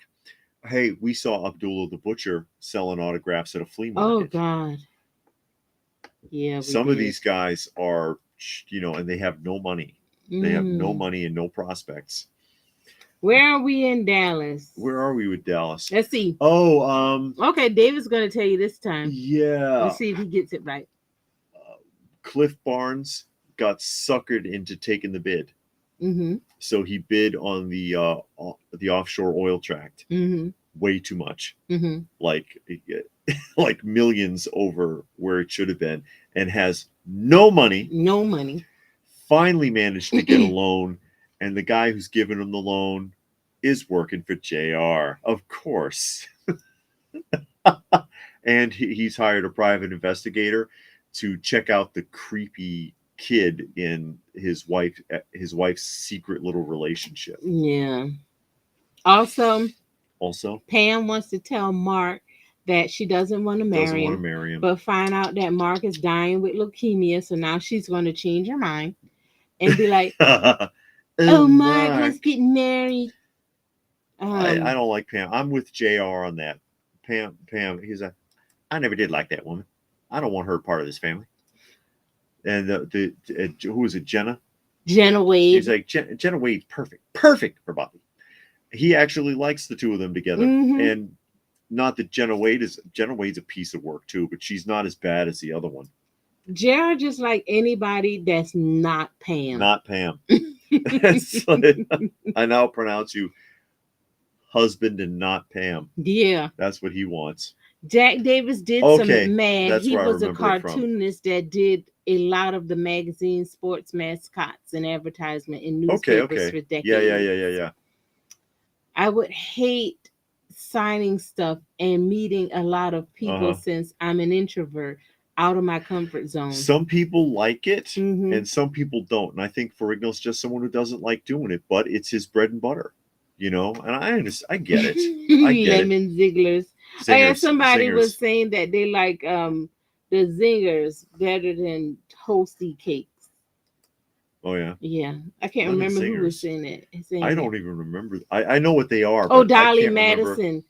That's in Columbus, Georgia, in 2007. That's where the Lunchbox Museum is. We went there. Yes, we filmed that a long time ago. Guys, Nerd says, "Well, I love you guys. You have a wide range of knowledge of everything pop culture, toy, TV, and film. So does Nostalgic Pod Blasting. Chance will surprise you with some of the stuff he knows as well. Yeah. So that's why I can recommend checking out his channel. Ghost Junk says, "What else can be said except the knowledge matches the crown?" There it is. Y'all need to really quit doing I'm gonna have to start changing my voice. Nostalgic says, "Thanks for the shout out, Dave and LPH." You keep on doing that, I'm shutting it down. Huzzah! Cliff fell into jail. Yep, he always falling into JR. Cliff is a moron. Because he is so bent on beating JR. He just jumps blindly. The feud's been over like twice too. Yeah. And he gets sucked back in. He could just leave it alone. Who was the nicest as far as signature signing goes? Yep. Oh God, it's been a long time. I know Gil Gerard was pretty nice. Mm. Gil Gerard was pretty friendly. Um, Sam Keith was nice. Trying to remember. Lyard was nice. Mm. From Red Heat. What? Reston I says don't a think I really saw bad B Red movie Heat. with Jess Spielman. The director used screen footage from Red Heat and Chasing. Red Heat was an Arnold Schwarzenegger film where he played It a sounds familiar. Russian police detective who came to the United States to track someone down. Munin says, while I no longer collect anything Star Wars, I own a lot of Topps autographed cards. Got them dirt cheap years before the card craze started. Oh, you can sell them now. Might could. Get a nice little pretty penny. Maybe. And Brandon there says a lot of top wrestlers used to sign at car shows. I got Undertaker, John Cena, Foley, China, Rey Mysterio. They were all professional at the meet and greet autograph session at the shows. Man. Okay. Sergeant Slaughter's really nice too. Yeah, he's very friendly. Nice. He's very friendly. He is. And Nostalgic says the early episode Barbecue of Dallas where JR caused Pam to miscarry from the fall from the barn. Oh, that was sad. Mm-hmm. Yeah, caused her to have a miscarriage. Yeah. Yeah, I don't think that was his intention, but no, it was an accident. And the only good thing about that, she realized it was an accident. She didn't go all crazy. Yeah, because people just love to hate JR. Yeah, but it was an accident. She realized it was an accident, and they just let it die. Because I thought that was something that they were going to keep going, but they didn't. They let that die real quick. Mm-hmm. How are you going to start referring to yourself as we? Oh, I have to. Now you should. No. We appreciate your comments. We appreciate that very much. Continue. And Robert says I should wear the crown all the time. No, he should not. Yes. Because after the night, that crown is going to disappear. And then JR got shot in season 1. We way past that. We're on like season 7. I could start wearing it to the shows. When I go to the convention. Okay, that. I can wear it to oh, really? They actually shoot on location in Hong Kong for Searching those Dallas. Mark. Oh, okay. Oh, wow. Really? Mm-hmm. Elite Action. He says, I met Norman Reedus at a show. Got his autograph. Super nice guy. I'm leaving. Continue. Okay. Most people are not that smart. No, they're not, Brian. Most people are not that smart. And you can see it when you just go outside. Go to Walmart and Value Village and Goodwill. Go watch People of Walmart on the internet. Go to the mall and just sit and watch. Sit and watch, yeah. Eric says George Perez was by far, for me, the nicest comic creator that they met. Okay. And Gilgamesh says he went by Ollie's on Monday. He started getting in toys for Christmas. They are overflowing with the Black Series. I don't think anyone is buying them. No. Nobody wants that, no matter how cheap it is. They've long since passed the saturation point. But guess what? It's sometime in the next few weeks on the weekly roundup, you will see more Black Series. The Christmas edition with more candy canes. Oh my God. And lights and all of this mess. And some Mandalorian figures, I'm sure. Yeah. And some Stormtrooper figures because why not? We're going to get some Acolyte figures and Sideshow's going to, not Sideshow, Hot Toys is going to do some Acolyte figures. I'm surprised they're not out already. If I was working for Hot Toys corporate and I saw what's been happening with Acolyte, if I had an Acolyte contract, I'd be second guessing it right now. Yeah, but they get those contracts before the show come out. Doesn't mean they got to follow through with it. Munin says they're convinced the future of all modern Star Wars toys is the landfill. Yeah. And traditionally, though, most people, they always King Vitamin cereal? I remember King Vitamin. Okay, go ahead. Do you remember most? I do remember that. Majority people, they really crave the original versions of whatever the toys are. Robert loves the King voice. You have to have either the Stern King voice, or you can. She can't take it. The one where you grabbing it like that. the aristocratic king voice. Neither. Excellent, Oh excellent. no. That voice. Let's see, what else are we watching? We have started watching Astro Boy. Started that last night. That is weird and sad. Yes. I watched it years ago, and it's like really your first anime, quite frankly. But it's on Tubi. This is the color version, but it's the original. But it's weird and it's sad. And that dad, I just want to choke him. That dad is awful. The dad is awful. He's a terrible father. And what else? We started watching. Wonder Years. We're watching the Wonder Years, but we started something else new on Tuesdays.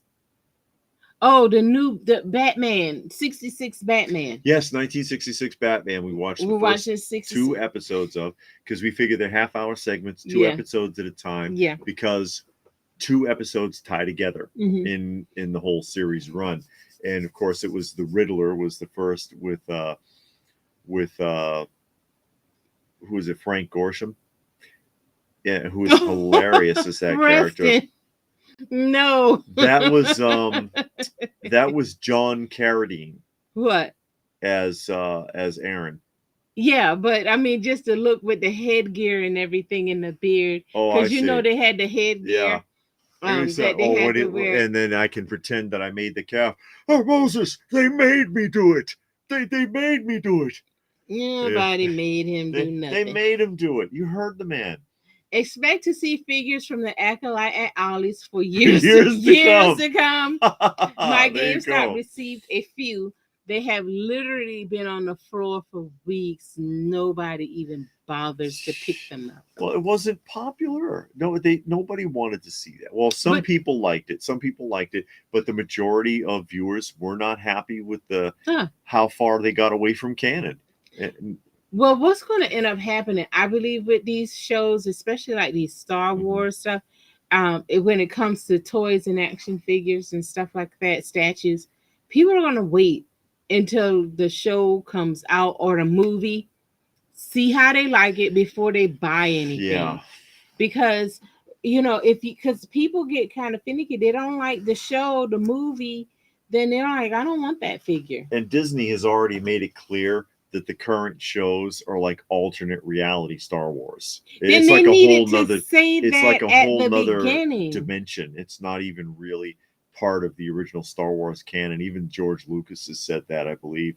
The original films, that's Star Wars. I don't know what these people are doing now. But okay, was that their intention from the beginning, or because it's doing so bad, it was like, oh, let's take this route. It's an alternate universe.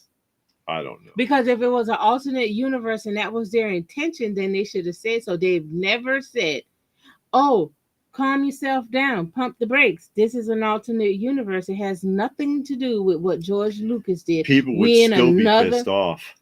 They probably wouldn't be as mad because it's like, instead of being on Earth 1, we're on Earth 12. That still annoys people when DC and Marvel do it. I know. It's just they don't want to see that. Something I realized, and I told David about it. I think I told him about it today because I'm still reading on the Green Arrow, and I was reading the Green Arrow from the 90s, from like 89, and it went all the way up through the 90s, and it was really good. And then he dies. He stops a bomb and he puts his hand in these things, and he can't take his hands out. So, he told Superman's like, okay, I can I-beam your arms off. And he's like, no, because if you I-beam my arms off, then I won't have arms. I can't be an archer. And Superman's like, well, I can put you out in space, let the bomb go off, but you're going to die. So he dies. And, so I kept reading. His son takes over, and it's okay, but it's not that good. Mm-hmm. And I realized if I'm reading something and it's really good and that main character dies, I'm going to just stop right there. I'm not going any further. The closer her readings of whatever she's reading get to the modern era, the worse the writing gets. The writing And the gets artwork. bad and the artwork gets bad because now we're back in 2001 and the Green Arrow is back because I read to see what happened to him because I remember seeing things with him later on, and he's he bought he's brought back to life. He's resurrected. And I'm like, well, how is he resurrected? So they told that whole story. But then the story I'm reading now, he doesn't even act like he's been resurrected. And then, it went in a whole different direction. So I'm like, I'm done. David, you missed your calling. You could have been a big star in many of Ed Wood's movies. Says John. Ask Chance to hook me up. He's a professional actor. Actually, he is. Nostalgic Pod Blast is a professional actor. Star Wars has always been Luke, Leia, Han, and Vader. But they want it to be about Ahsoka, Mando. Yeah, because they want to remove all the legacy characters. The first thing Disney did was start killing them when they did the movies. They started killing them off. Even Darth Vader can't sell it anymore. Yeah. That character used to be an instant seller. Yeah, and they don't know when to stop. It's overload. Shut it down for a while. Give it a few years at least. And let people recover. Here come the retcons of your retcon. Oh yeah, yeah, making fun of Tuck talking about Disney, I guess. And Gilgamesh says he did pick up the Ox King statue, from Dragon Ball at GameStop this week. He was marked down to almost half price. Yeah, they've got a Zarbon that I want. The Ox King from Dragon Ball Z. Yeah, that's Dragon Ball. He was in Z too, wasn't he? Ox King. But I mean, people are really starting to get out of comics, get out of toys because of what they're doing to these characters that people just love so much. Bad writing is covering up as it was a dream sequence. Yeah, covered up as a dream sequence. That's what they used to do in TV shows. You always had a dream sequence, or you had the amnesia episode, the flashback episodes, when you didn't have nothing else to do. Flashback episodes were the worst. Yeah. But I mean, I guess it was okay when you were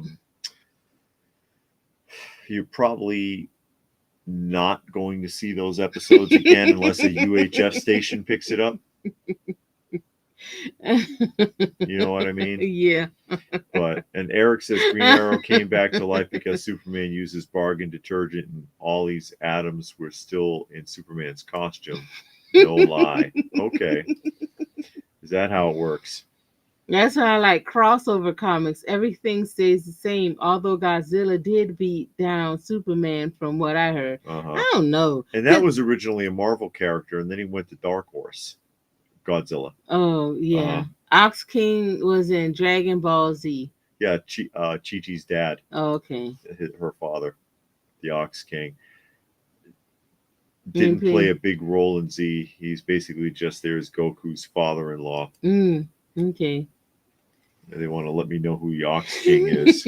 Because you're not up on your anime. Well, I mean, I've got the original Dragon Ball and Dragon Ball Z and Dragon Ball GT shows. It's too many.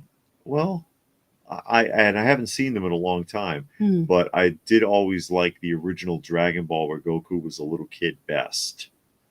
And John says Star Wars movies used to be something everyone looked forward to. Nowadays, people are just annoyed at hearing of yet more movies being made or TV shows. Yeah, because you hear, Disney's putting out another Star Wars and it doesn't film. even count. To me, it's not even a show because I'm stuck in the era I grew up in. A show should have 20. All right, Brandon, thank you for spending time with us. Glad you could join us. Have a good night. A show should have 24 to 36 episodes. I'm serious. Don't give me 5 episodes and tell me it's a mini series. It's a season. Okay, I can take it being a mini series if it's 5 episodes, but it's not a season. That's not a season. Okay, that's a mini series. Yeah, nerd. When you've written yourself into a hole, you got to use the flashback dreams. That's how they brought Bobby Ewing back. Yeah, we ain't got that far down. No, we haven't got that far down the road yet. Biggest okey doke in television history. People were pissed They were pissed at that. They were like, "What the hell?" So the whole last season didn't happen. Mm-mm. What are you doing? Dream sequence. What are you doing? Rustin says you're both going to post a video on your next panel appearance. Yes. So we're gonna have to do a couple of. We'll be doing a few things at the upcoming Joe Lanta, because we've been invited to do more. The people who are running the Joe Lanta want us more involved, and so we will be filming a tour. We're gonna get in early, and we're gonna we'll film the show before it starts, and we'll do a highlight reel. And we've been asked to do a panel, and we'll probably film that as well. And so, yeah, there's some other things that we've been asked to do. I don't know if we can talk about yet. Yeah. Because I don't know if it's on the official card yet. But yeah, they like what we do, and they want us to be more involved. No, K-Munin, we do not need to catch up on our anime. Thank you. Hey, we just got into Astro Boy.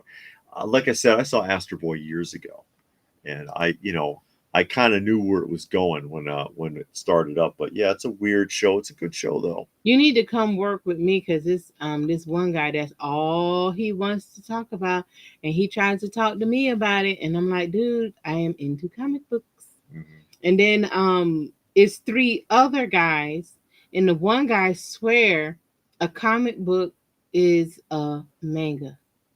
And I'm like, no, it is not a manga. No. And the other 2 guys try to tell him it's not the same. It's not the same. Yeah. And he's always talking to me about anime, and I'm like, dude, I don't know what you're talking about. I don't know who those characters are.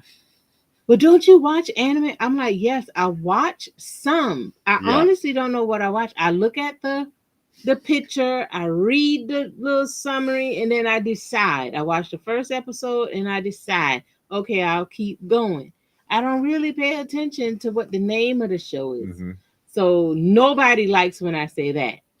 They want me to know the name of the show so we can sit and discuss it in detail.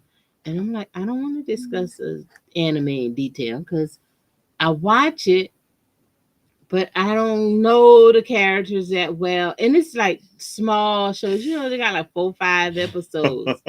I'm not watching something that, got 5, 6 seasons. Not in an anime. I should wear this at Joe Lanta. And where did that even come from? I should wear this at Joe Lanta, and I'll have my press pass, and I'll walk around. We're talking about anime. I'll walk around with my press pass like this, like, that's right.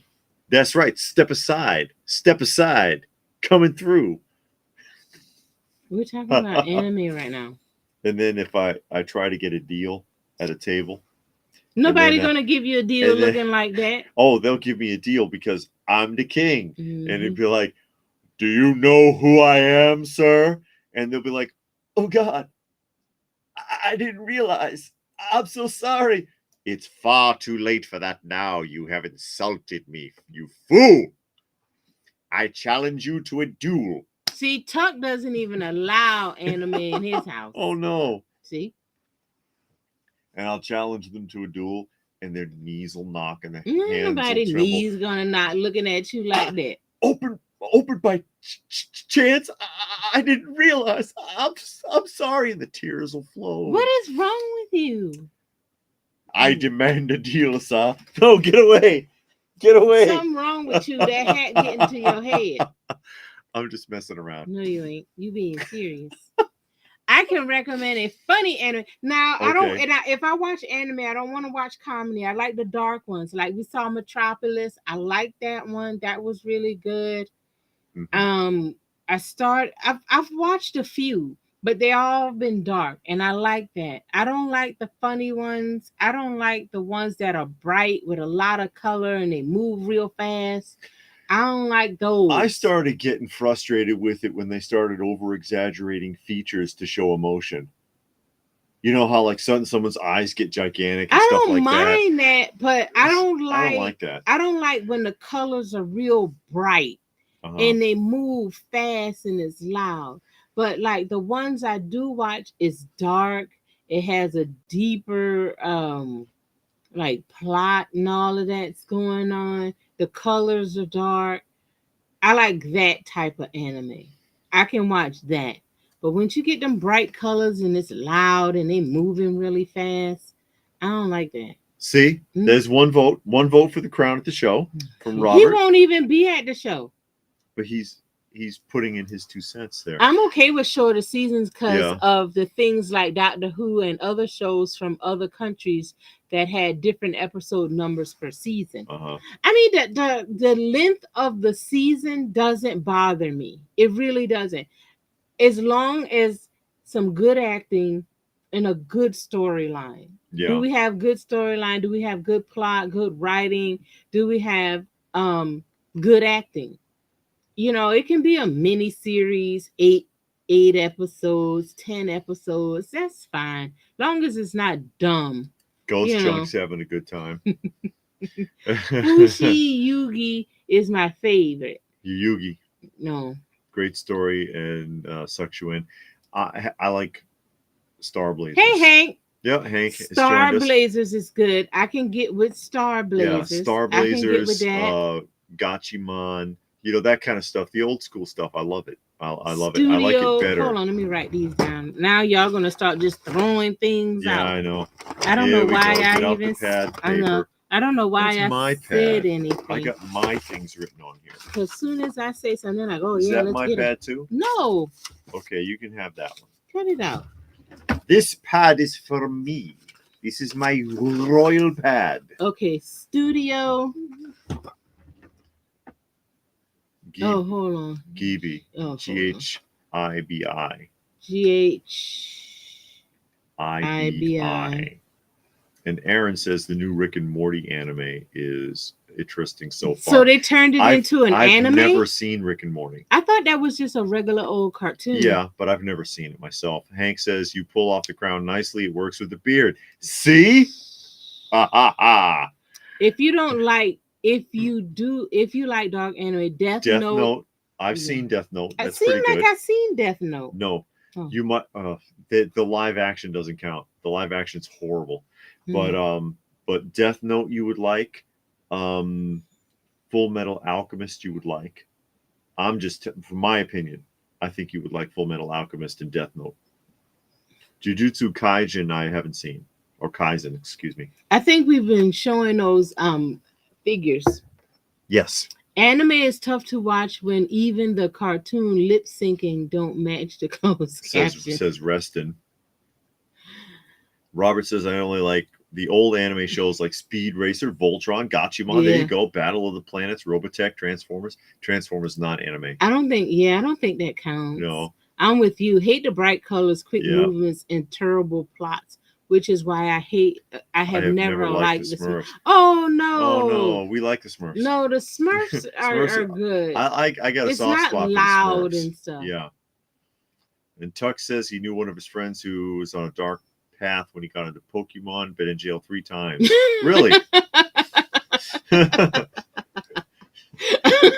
catch them all, man. You might like something like Cowboy Bebop, Samurai Champloo. Or Rurouni Kenshin.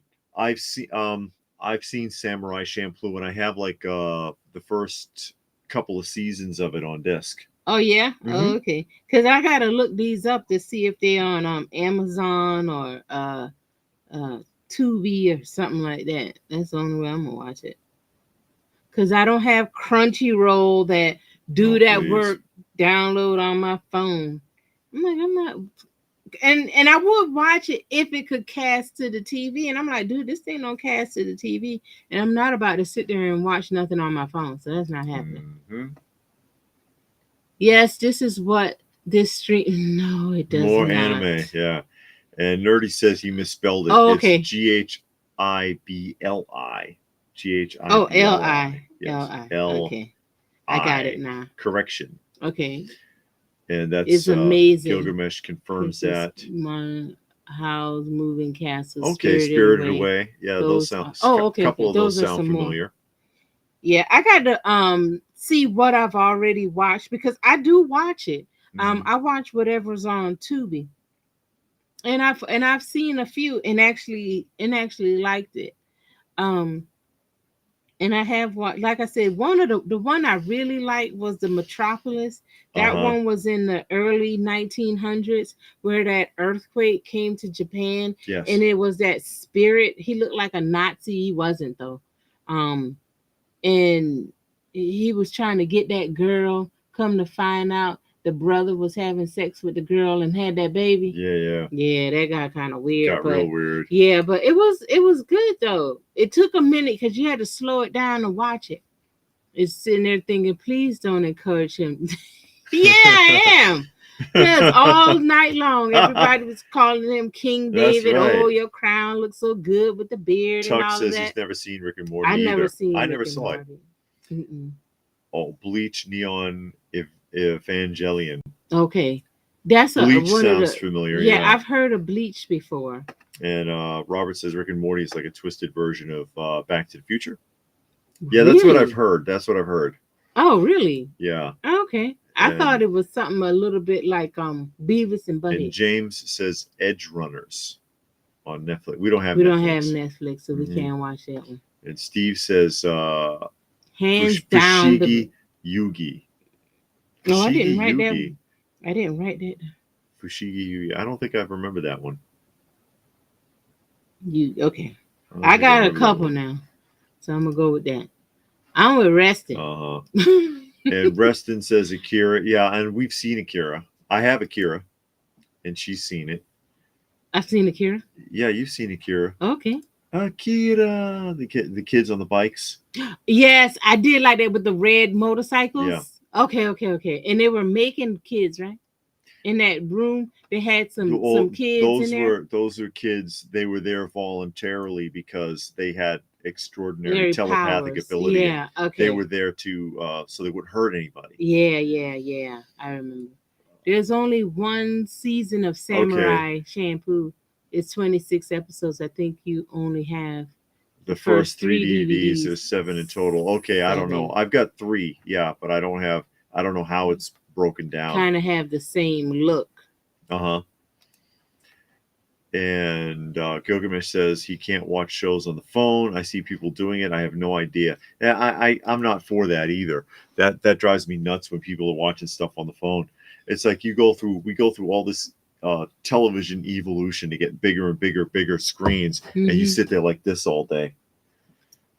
I can't do it. I mean, it's too small. You can't see. I don't know. People do it all day long because we got people at work. All they do is sit on their phone and watch videos all day. And it's like, dude, you're supposed to be working. One guy, he likes to dance and make TikTok videos of him dancing. And I'm like, you're in your work clothes. Yeah, you are dirty as can be. Tens of views. He always dancing on the job site, dancing. I'm like, you can't dance on the job site. We're in front of people's house. You can't dance at the job site. It's an OSHA violation. Yeah, like you always trying to take my fun away. I'm like, no, I want you to do your job. You ain't here to have fun. You're here to work. Is the Spawn cartoon that was on HBO years ago considered anime? I never saw it. I didn't know there was a Spawn cartoon. I saw the live action film. There was a. Oh yeah. I remember there being a film. And Fasafan, did you get into the black and white DC showcase compendiums a few years ago? I enjoy them even without the color. For me, they are easier to read. No, believe it or not. No, I never got into that. I didn't know nothing about that. I know they did some action figures in black and white of the DC animated stuff, but I didn't know it was a book. Parasite, the Maximum. It's a pretty good dark horror anime. We're gonna get all these recommendations for the rest of the night, and you're gonna be like 10 sheets deep in your paper. I know I shouldn't have said nothing. See, Attack on the Titan is a must watch for you both. I've never seen that I want to see Parasite. Now I know Parasite is that Korean. I think it's a Korean movie. I tried to watch it, but it's not. They don't have English dub. And I'm not gonna sit there and read no subtitles. I won't read subtitles. I don't mind reading subtitles. I do. If you want a good Sad Grave of the Fireflies. That sounds familiar. Okay. That one sounds familiar. Okay, this is the last one I'm writing. Grave of the Uh-huh. Firefights. So y'all can quit writing. Oh, okay.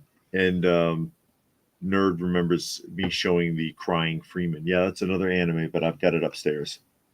Oh, because you had showed your Yeah, I'd your gone through movies. that when I was doing some of those video showcases. I'll stick with Robotech. Robotech and Macross. I saw Big O too. It's got a weird ending. It's not mainstream anime. It's about a girl that gets trapped into a book and becomes queen of her guards, and each guard had their own power.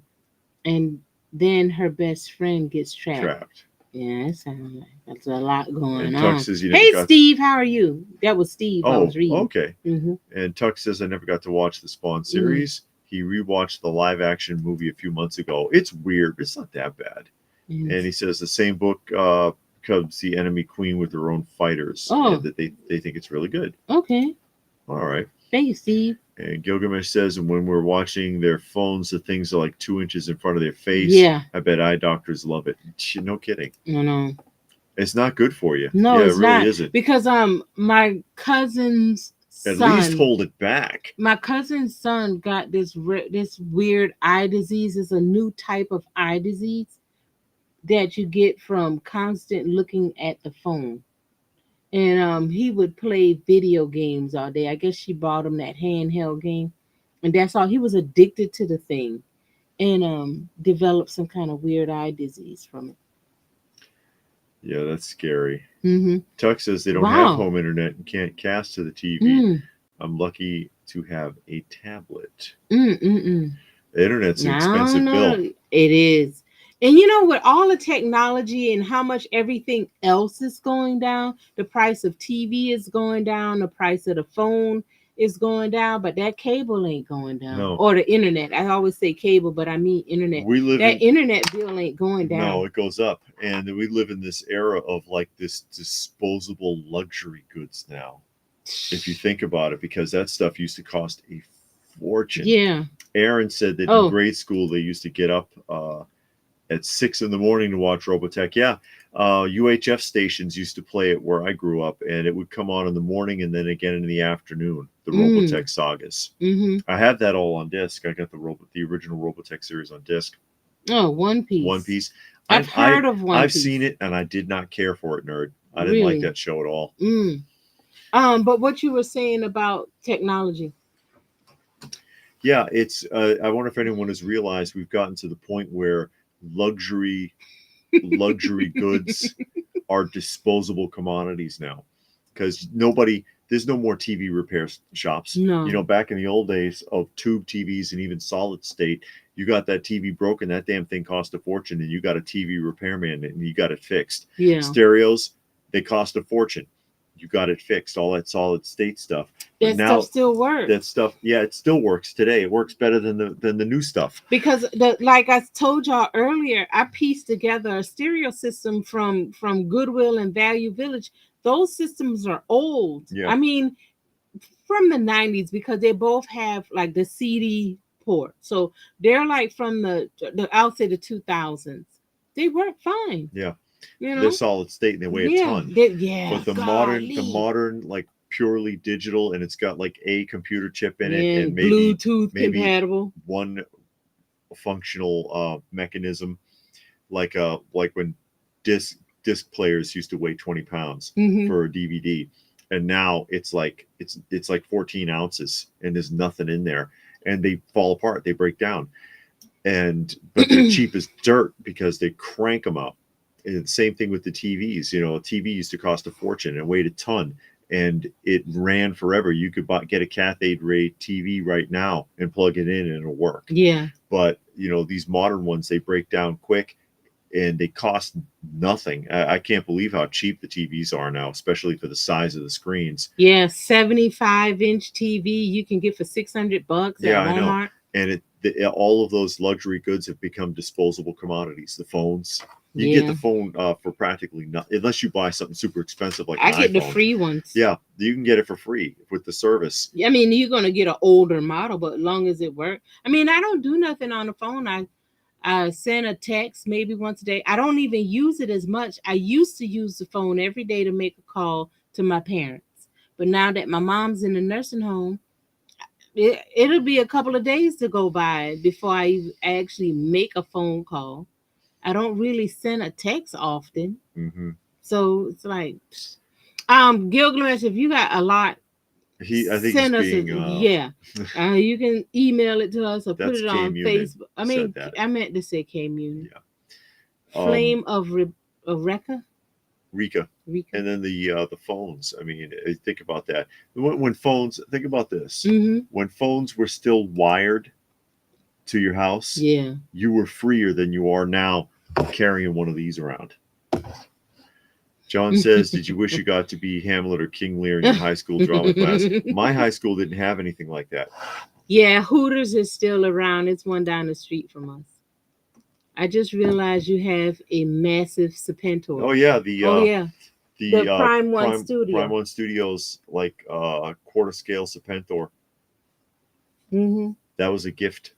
Yes. Mm-hmm. My wife gave that to me. Yes. Mm-hmm.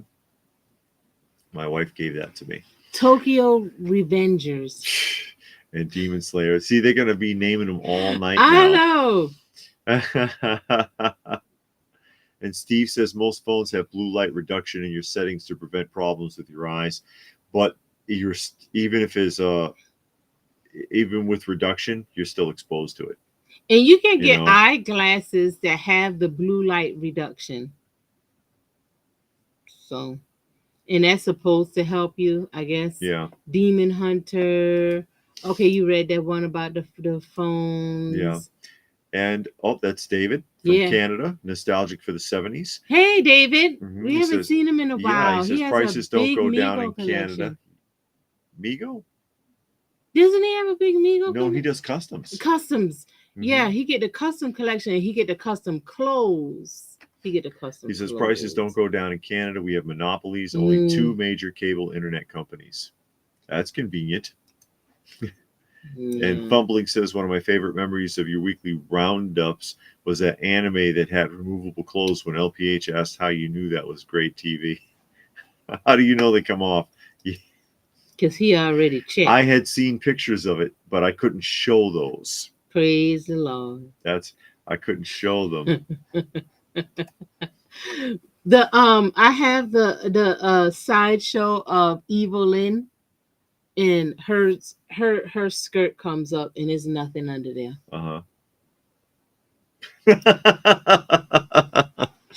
Hello to Bob and Doug. Says Reston. Mackenzie Brothers. Who's Mackenzie? The Mackenzie Brothers, Bob and Doug. I posted a video of me getting a haircut and beard trim on my channel. Okay, says, great. David Whitehead. If y'all want to see David get his haircut and his beard trim, head on over to David Whitehead's channel. And you can watch that in full And you color. can see the guy sneeze and slip with the clippers, and you get Ooh, and then get a big ball spot in the back of your head. Like in Barbershop 2. Oh, with the little boy? No, the Thank you, Steve. Yeah, Steve made a donation to the channel. Thank you very much. Appreciated. Goes a long way to helping us with our felines. Here we go with that. All in one big long line. What? Oh, Munin. K-Munin. They can't help themselves. they can't help it. They like now the anime. You'll be like the dude from work, and they're gonna ask me and quiz me about all of this stuff, and I'm she won't remember any of it. No, I won't. But yeah, we take care of. We got 20 right now that we're taking care of. We're trying to get rid of 17. If anybody want one, I'll put them in a box and mail them to you. You can't do that. But yeah, we are working on getting a few of them rehomed because we're at the over our capacity. Yes, but we try to take care of them. We love them. But what are you gonna do? But yeah, thank you, Steve. Much appreciated. You're gonna give it to somebody that got a rat infestation. It would help over there. It would help. And especially them outside cats, please. They'll eat everything that move. Yeah, there's no rodents or snakes or anything. Squirrel, nothing within a mile. Well, of this we place. Still got the squirrel, but they don't leave the wood line because, like, the back half of the yard is all trees. The squirrels know better. Yeah, they don't come past those trees. They don't come out in the open. No, but they will taunt the cats. they'll jump up in the tree and then face down and come down a little bit, and the tail taunt, goes like this, and then it's like, yeah, come on and try it. Yeah. Then when the cat move up a little bit, they run up the tree. They taunt those poor cats. It's so bad. And the stupid cat's always chasing them up the tree. So.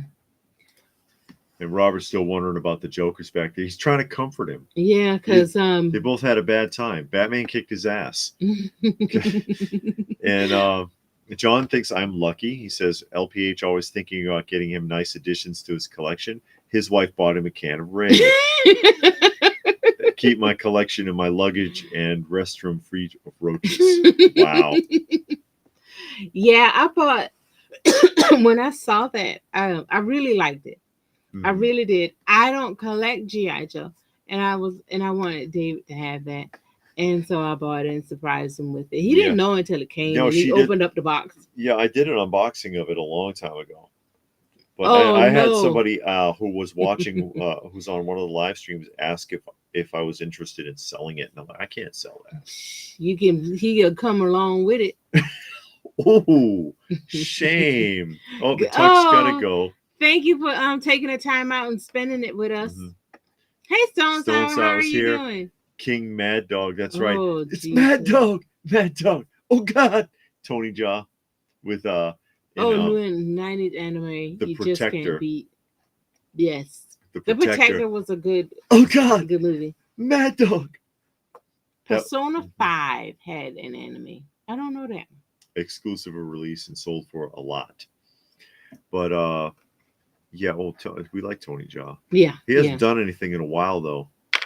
He hasn't. I don't think he has. I don't think he's done anything in a while. He probably wore himself out. Probably. I saw a movie he did. It wasn't a martial arts film. He was like a police officer and all of this. I didn't care for it because I was expecting to see kung fu or martial arts, whatever kind of martial arts he did. And that's not what the movie was about. It was about him being a police officer. Robert says you're missing a Joker. Which one, Jack Nicholson? I got 3. Yeah, because Jack Nicholson and then Cesar Romero, because Jared Leto doesn't count. No. I don't have a Jack Nicholson. Yeah, don't have Jack Nicholson. Or Cesar Romero. And he's over the top. It's just fun with him in the 66 Batman. They had a blast with that show. You could tell they were enjoying it.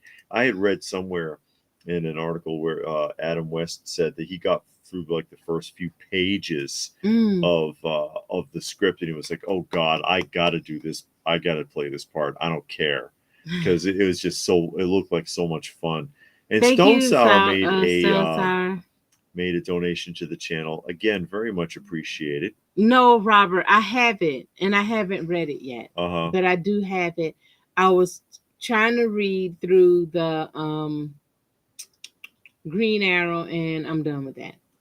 I read through the bulk, more than half, I'll say about 90% of the 90s era.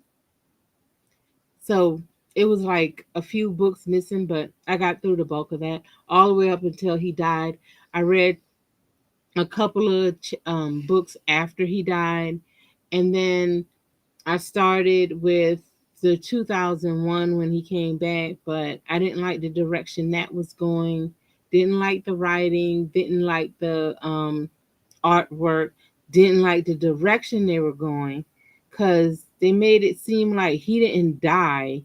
He disappeared for a while. And I'm like, okay, dude died, you know. So I just didn't care for it.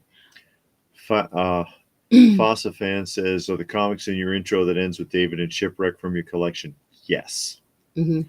Yes, it is. And Nerd says, "I never knew the guy put white grease paint." Yes. Cesar Romero refused to remove the mustache because he wanted to keep it for, when he's out and about. So he put the makeup on right over it. And you can see it. If you look carefully, you can see that he's painted his mustache, and it's kind of silly. Gilgamesh says McFarlane's Adam West Batman just came out. I wish he had an unmasked head sculpt with him. It's been out a couple of weeks. At least it's been in the Walmart here. A couple of weeks. I saw it. I thought about getting it, and I was like, nah, I don't want to get into that. So I just left it. And hey, Dr. DC, Cohen. Doctor's here. He says, greetings from Springfield, Massachusetts. I'm considering collecting Toy Biz DC Comics heroes. Easily accessible and affordable. Exactly. But terrible knockoffs of the Kenner superpowers, basically. But yeah, they are cheap. Yeah. And I think that was in our vintage. I think that was in our affordable 80s action figures video, wasn't it? I don't know. Or 90s. 90s. I don't know. I believe that that was one of those lines. But yeah, everything Toy Biz except for the play sets. The play sets can get expensive. But most of the figures, Toy Biz, Marvel, and DC are fairly cheap. Oh, okay. He's got to take off. Yeah, to share some anime from the 90s. Hope the kiddos go check it out. Yeah, I'm going to pull them up and see how much I can find on one of the streaming platforms we have. But thank you for the recommendations. Have a wonderful night. Yeah. And Fasa says, awesome shot of the comics in the intro.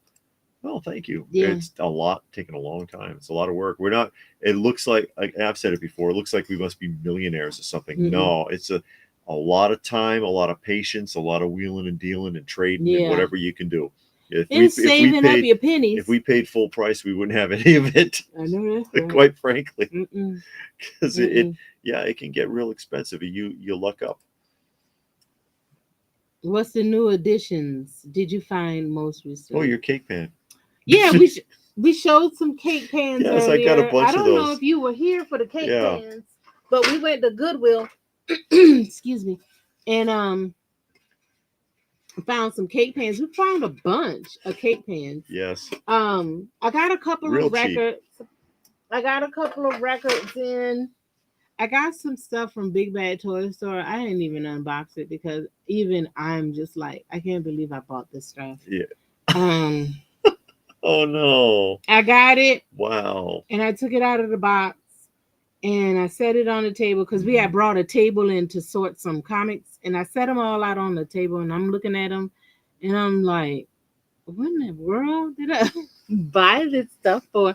You know, I got like the Super 7 Thundercats, the Super 7 Ninja Turtles. I always said that I would get those up to wave 10. Yeah. And that's what I did.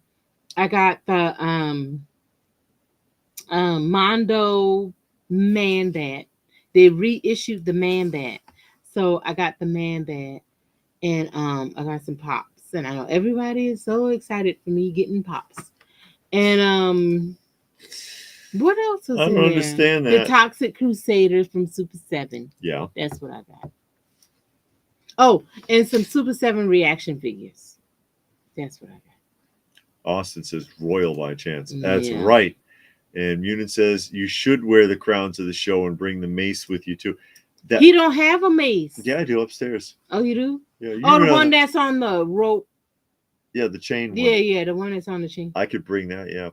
Nerd says, I always say buy what you like and what you can afford. Yes. Pretty much, yeah. Try to enjoy it. Try to enjoy the nostalgia. Exactly. We don't think of it in terms of an investment or anything like that, or trying to flip it or whatever. I sell sometimes, but I rarely...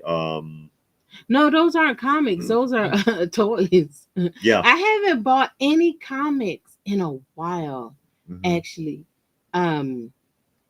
I just haven't bought any comics. Even when we went to the last comic show, I didn't really buy anything. Yeah, oh, no, that's a lie. Yeah. I bought that one guy had like a ton of Green Arrow, and I was trying to put that together so I can read it in one, just read it back to back. So I got that.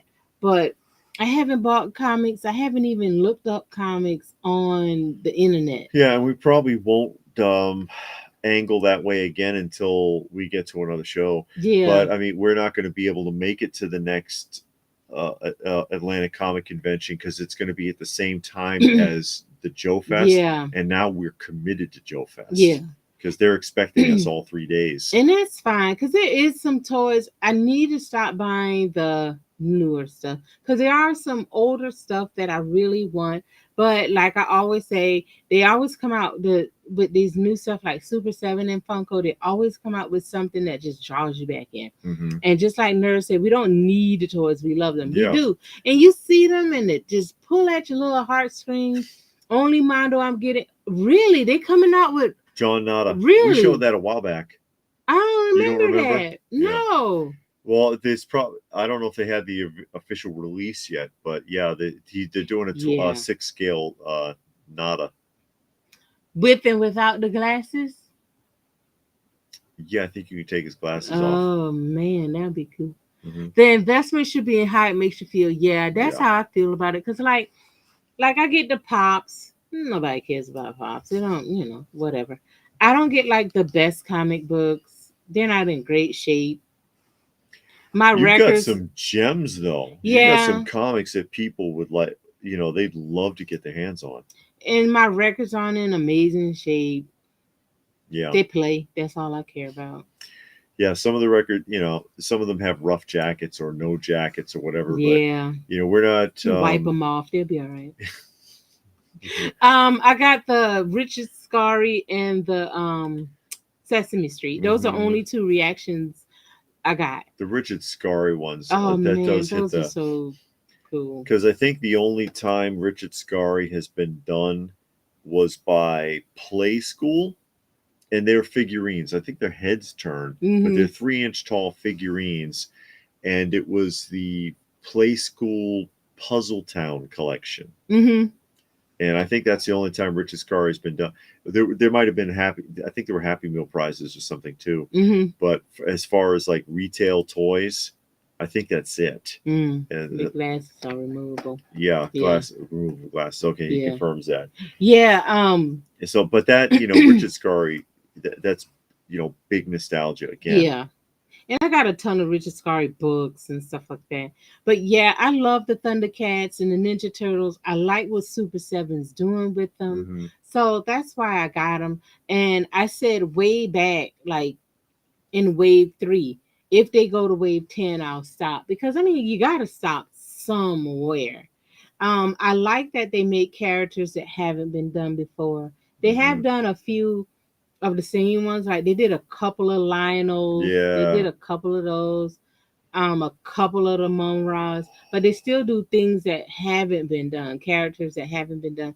The same with the Ninja Turtles, they do characters that haven't been done, and that's what keeps me wanting to get them. Yeah, that's what holds the interest. And Rustin says you should have open by chance photos of both of you that could sign for Joel. Yeah. Are we on that level? I doubt it. I don't know about that. I don't know if we're quite on that level. I'm not sure. Who is that? It's probably Shannon. Mahaffey's Shannon 1972. Is that Shannon from South Carolina, the Greenville, Spartanburg area? That Shannon? I believe it's going to be on Saturday. Okay. I'm not sure. Maybe or maybe not on Sunday, but there's a couple of other projects they wanted us to help with, but I don't know if we can talk about it yet.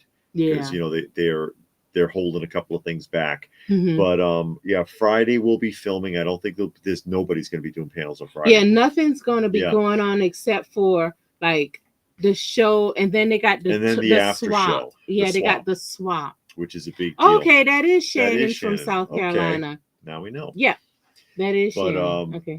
I believe Saturday. I'm not sure if it's going to be another panel or a collaboration on Sunday. Yeah, I don't think they really got Sunday ironed out real good yet.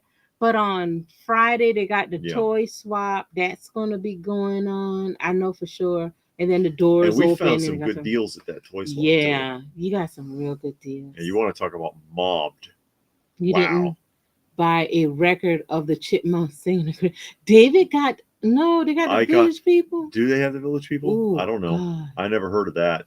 But I've got a couple of Chipmunk albums that I found recently. Yeah, David got a couple. Yeah. Robert says, what do you think are your grails? I think the Mr. Rogers Trolley is a grail. Well, yeah, definitely any of the Ideal Mr. Rogers stuff. Very, Mm-hmm. very hard to find. My product people. I'm with you right there, nerd. Go ahead. I'm sorry. I just read that. Go Yeah, ahead. Nerd says Atomic and Toy Graders can't tell me what my collection is worth to me. Yeah, but that Absolutely. insurance company sure want to know so they can insure Yeah, your my stuff. my product people. Um, yeah, and certain things are grails to me that maybe they're not Yeah, worth a fortune. yeah. Like the Remco McDonald's, they can get expensive, but they're not like blockbuster, break the bank No, expensive you're not gonna retire things on like that. it. Yeah. Um, except that maybe that playset, because the playset Oh, is sealed. that'll be a nice. Uh-huh. David wants to do a custom 12-inch Mr. Rogers. Get him 5 different sweaters. That's exactly what I was about to say. Get the sweaters and the jacket because he came in with a jacket, took that off, and the shoes. You Yeah, got he took the off his suit suit jacket, jacket and hung it put it up, on the sweater, and then took off his dress shoes. shoes Hmm.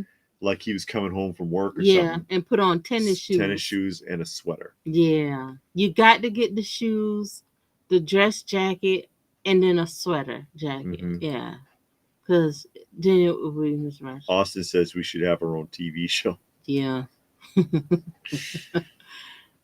An after After party. party, What is is there? that? What's an after party? After party? I don't know. Again, there's certain things that are going on at the show that I don't think that Brett wants us to talk about yet. Mm-mm. You got to come. Hey, You got to see. I'm just surprised that they want us that involved. You know, that they like what we do, and they're like, Mm-hmm. yeah, we want you to come out, we want you to have a good time, we want you to be involved. It's like, We're just sure, glad to be in the yeah, number. we're sure. Because we enjoy doing that kind of stuff. We like the shows. We like talking to the people. We like sharing the nostalgia and Yeah. all of that. And Uh-oh. that's what it's about for us. Oh, I know. I almost yeah, blocked Robert for clicking weird good. stuff. Robert says, "Do you ever get that Marshall Brave Star yet?" No. The Marshall, the No. from Ramen Toys. He means. I know. It hasn't come yet. Mm-hmm. I went on their website and I looked and it's still pending. Um, but it hasn't come out yet, Mm-hmm. and they haven't even put out the 3030. I will get a 3030 just to go with it. Um, but I don't think I'm gonna get anything else. I still need the original 3030. Right. I'm not gonna get the original 3030 He's because it expensive. costs too much. So I'm gonna get the Yeah. next best thing, the ramen toys. That's what I'm doing. But no, it hasn't come out yet. They haven't even said anything. They didn't send no emails out to say, hey, we still know you got stuff out here. But I went to the website and it just shows pending. That's it. Mm-hmm. Gilgamesh says after the show you're at, what, you want us to rock and roll all night and party every day? Yeah. Do I look like Gene Simmons? Fit into your basement, or is it spread out? No, it's in the basement, but a lot of it is packed up. Yeah. This is just it's in a good portion. A storage section. Yeah. But no, we don't have it everywhere. We concentrate it. There's a handful of things in the office, but most of the stuff that's in my office is video game equipment.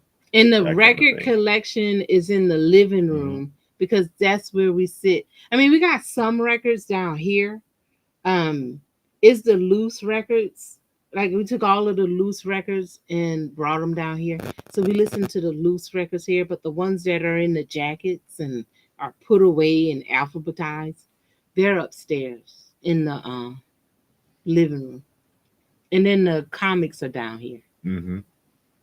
Yeah, we try to keep everything in its place. So Macho Man, where Alvin.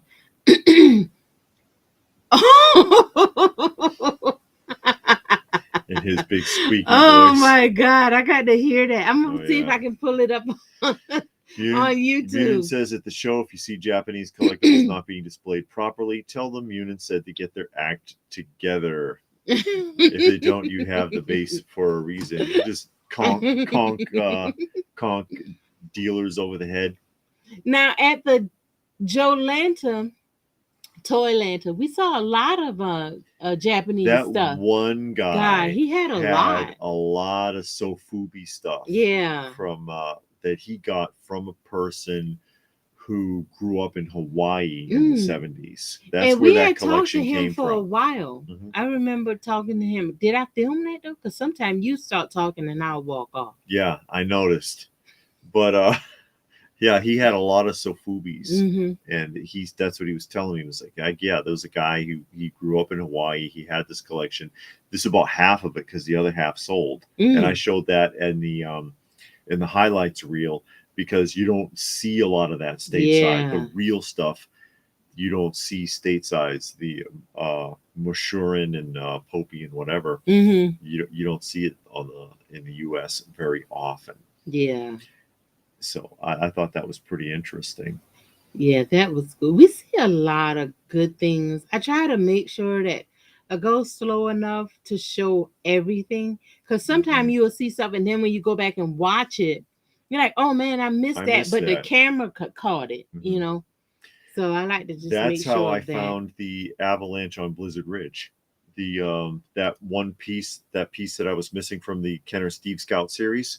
When I was doing the editing, I was like, where was this? Because I didn't notice it when we were out and about. Yeah. And it was still there. Yeah, because see, now one thing when I went back, I noticed at toy shows and comic shows, you got to kind of look up under those tables because they put, like, I guess what they think the dealer thinks are great on the table, and then they'll put stuff under the table that don't fit on the table. So I try to look under the table and pull some stuff out. That's how I came across that boxed Oscar Goldman from the $6 Million Man at that one show at that Legion Hall. That's a David question. Yeah.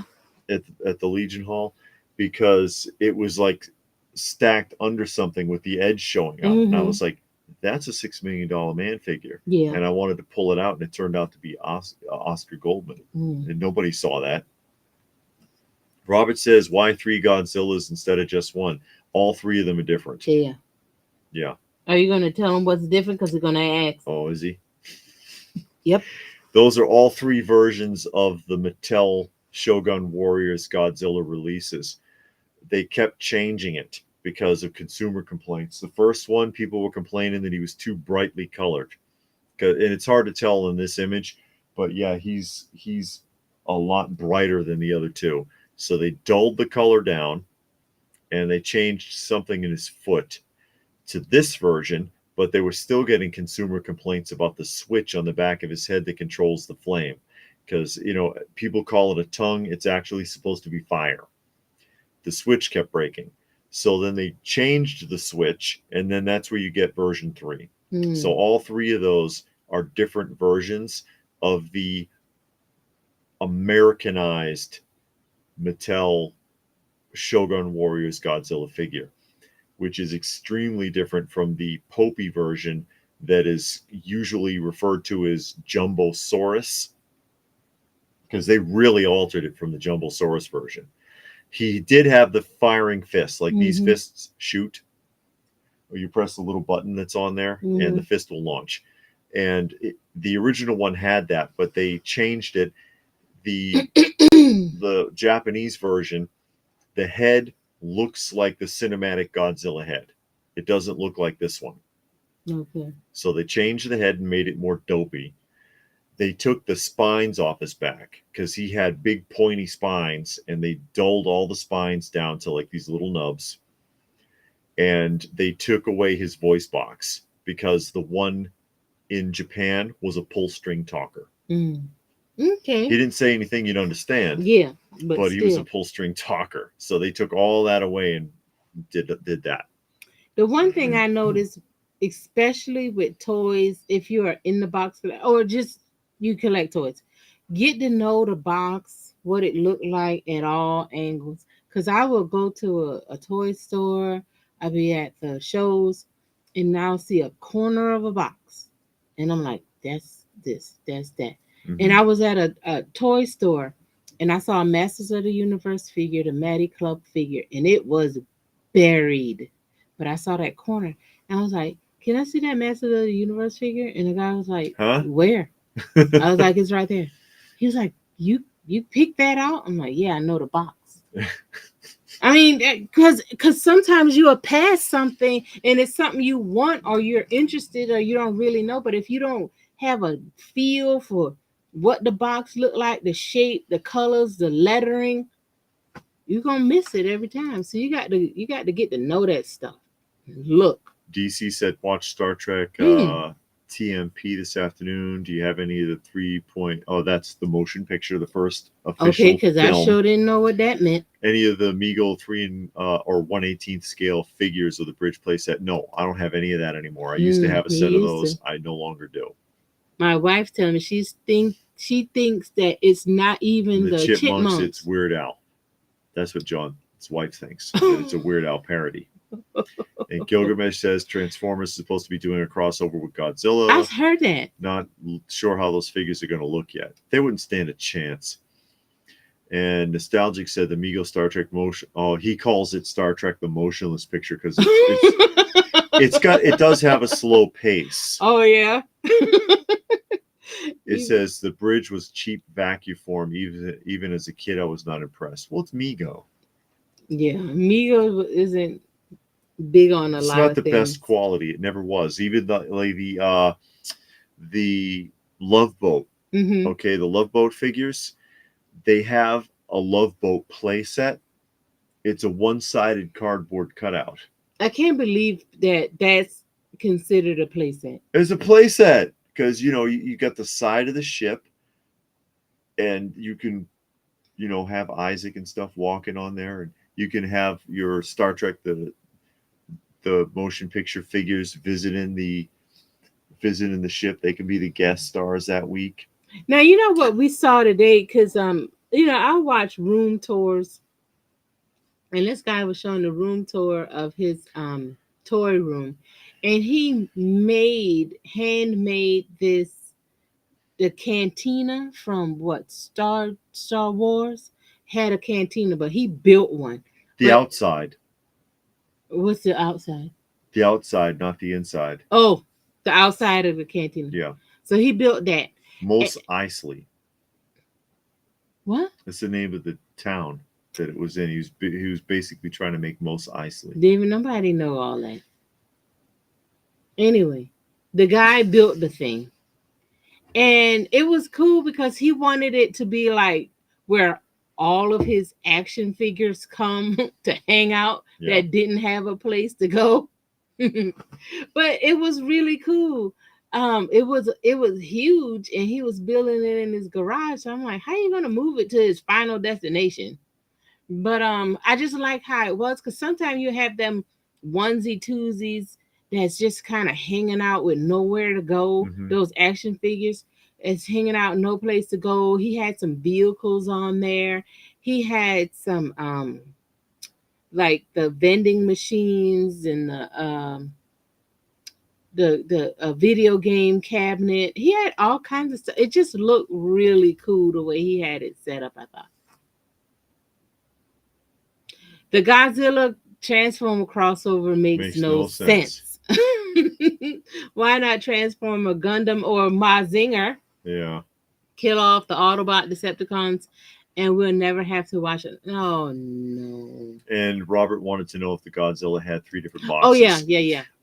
No, what they did, the box is identical for all 3 with one slight change, that whenever they made a change, like you can see with the Mazinger, mm-hmm. All 3 of those are different.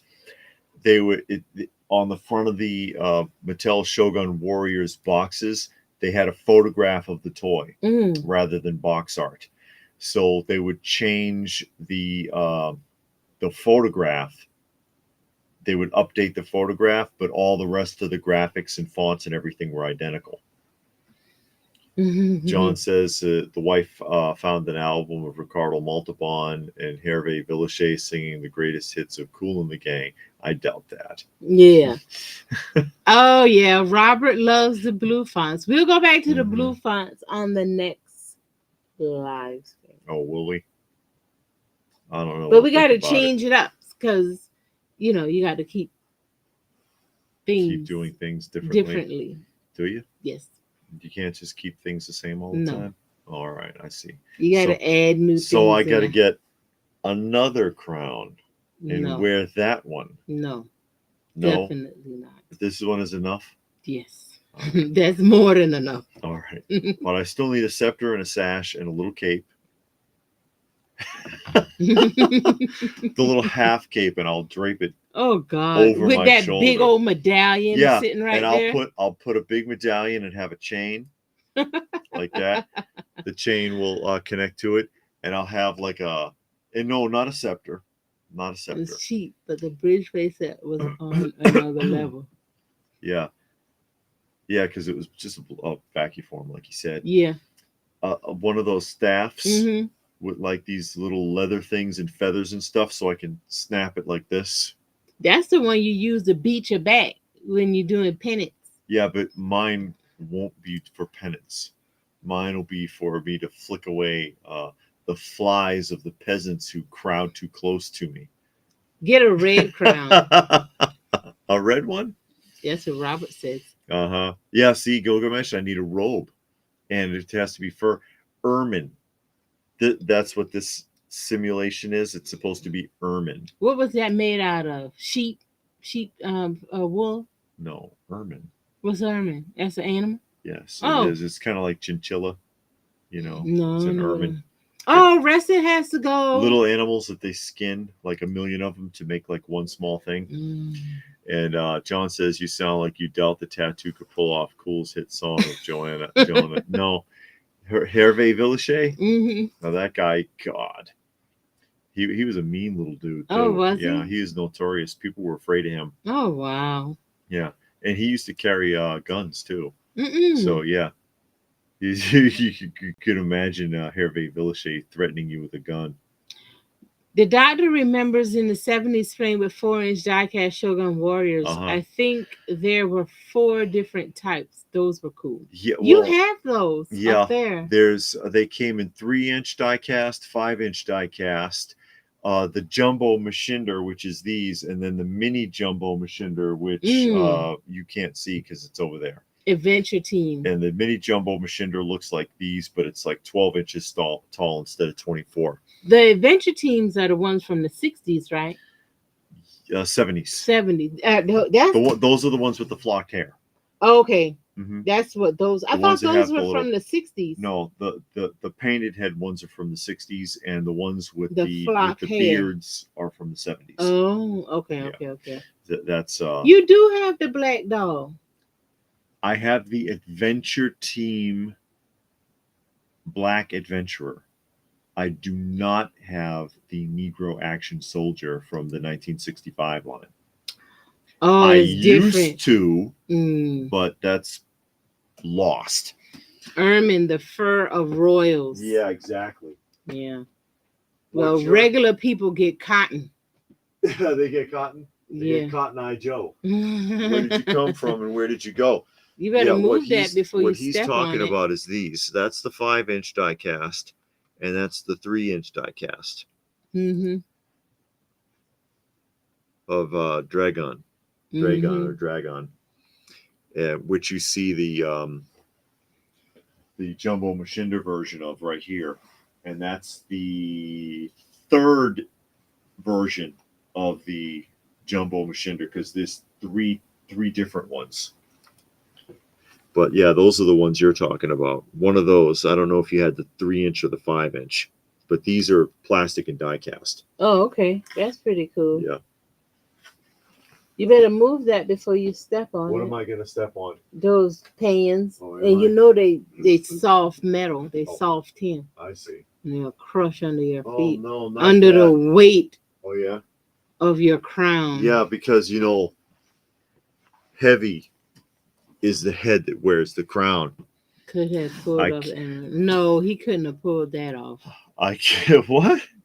He said, Hervé Villachet again. Could pull off Batman's voice. Yeah, Robert says Tattoo used to carry guns. Didn't know that. Yeah, he was. I've seen a documentary on him after he died, and interviews with his ex and all of that, and terrified of him. He was abusive. He used to.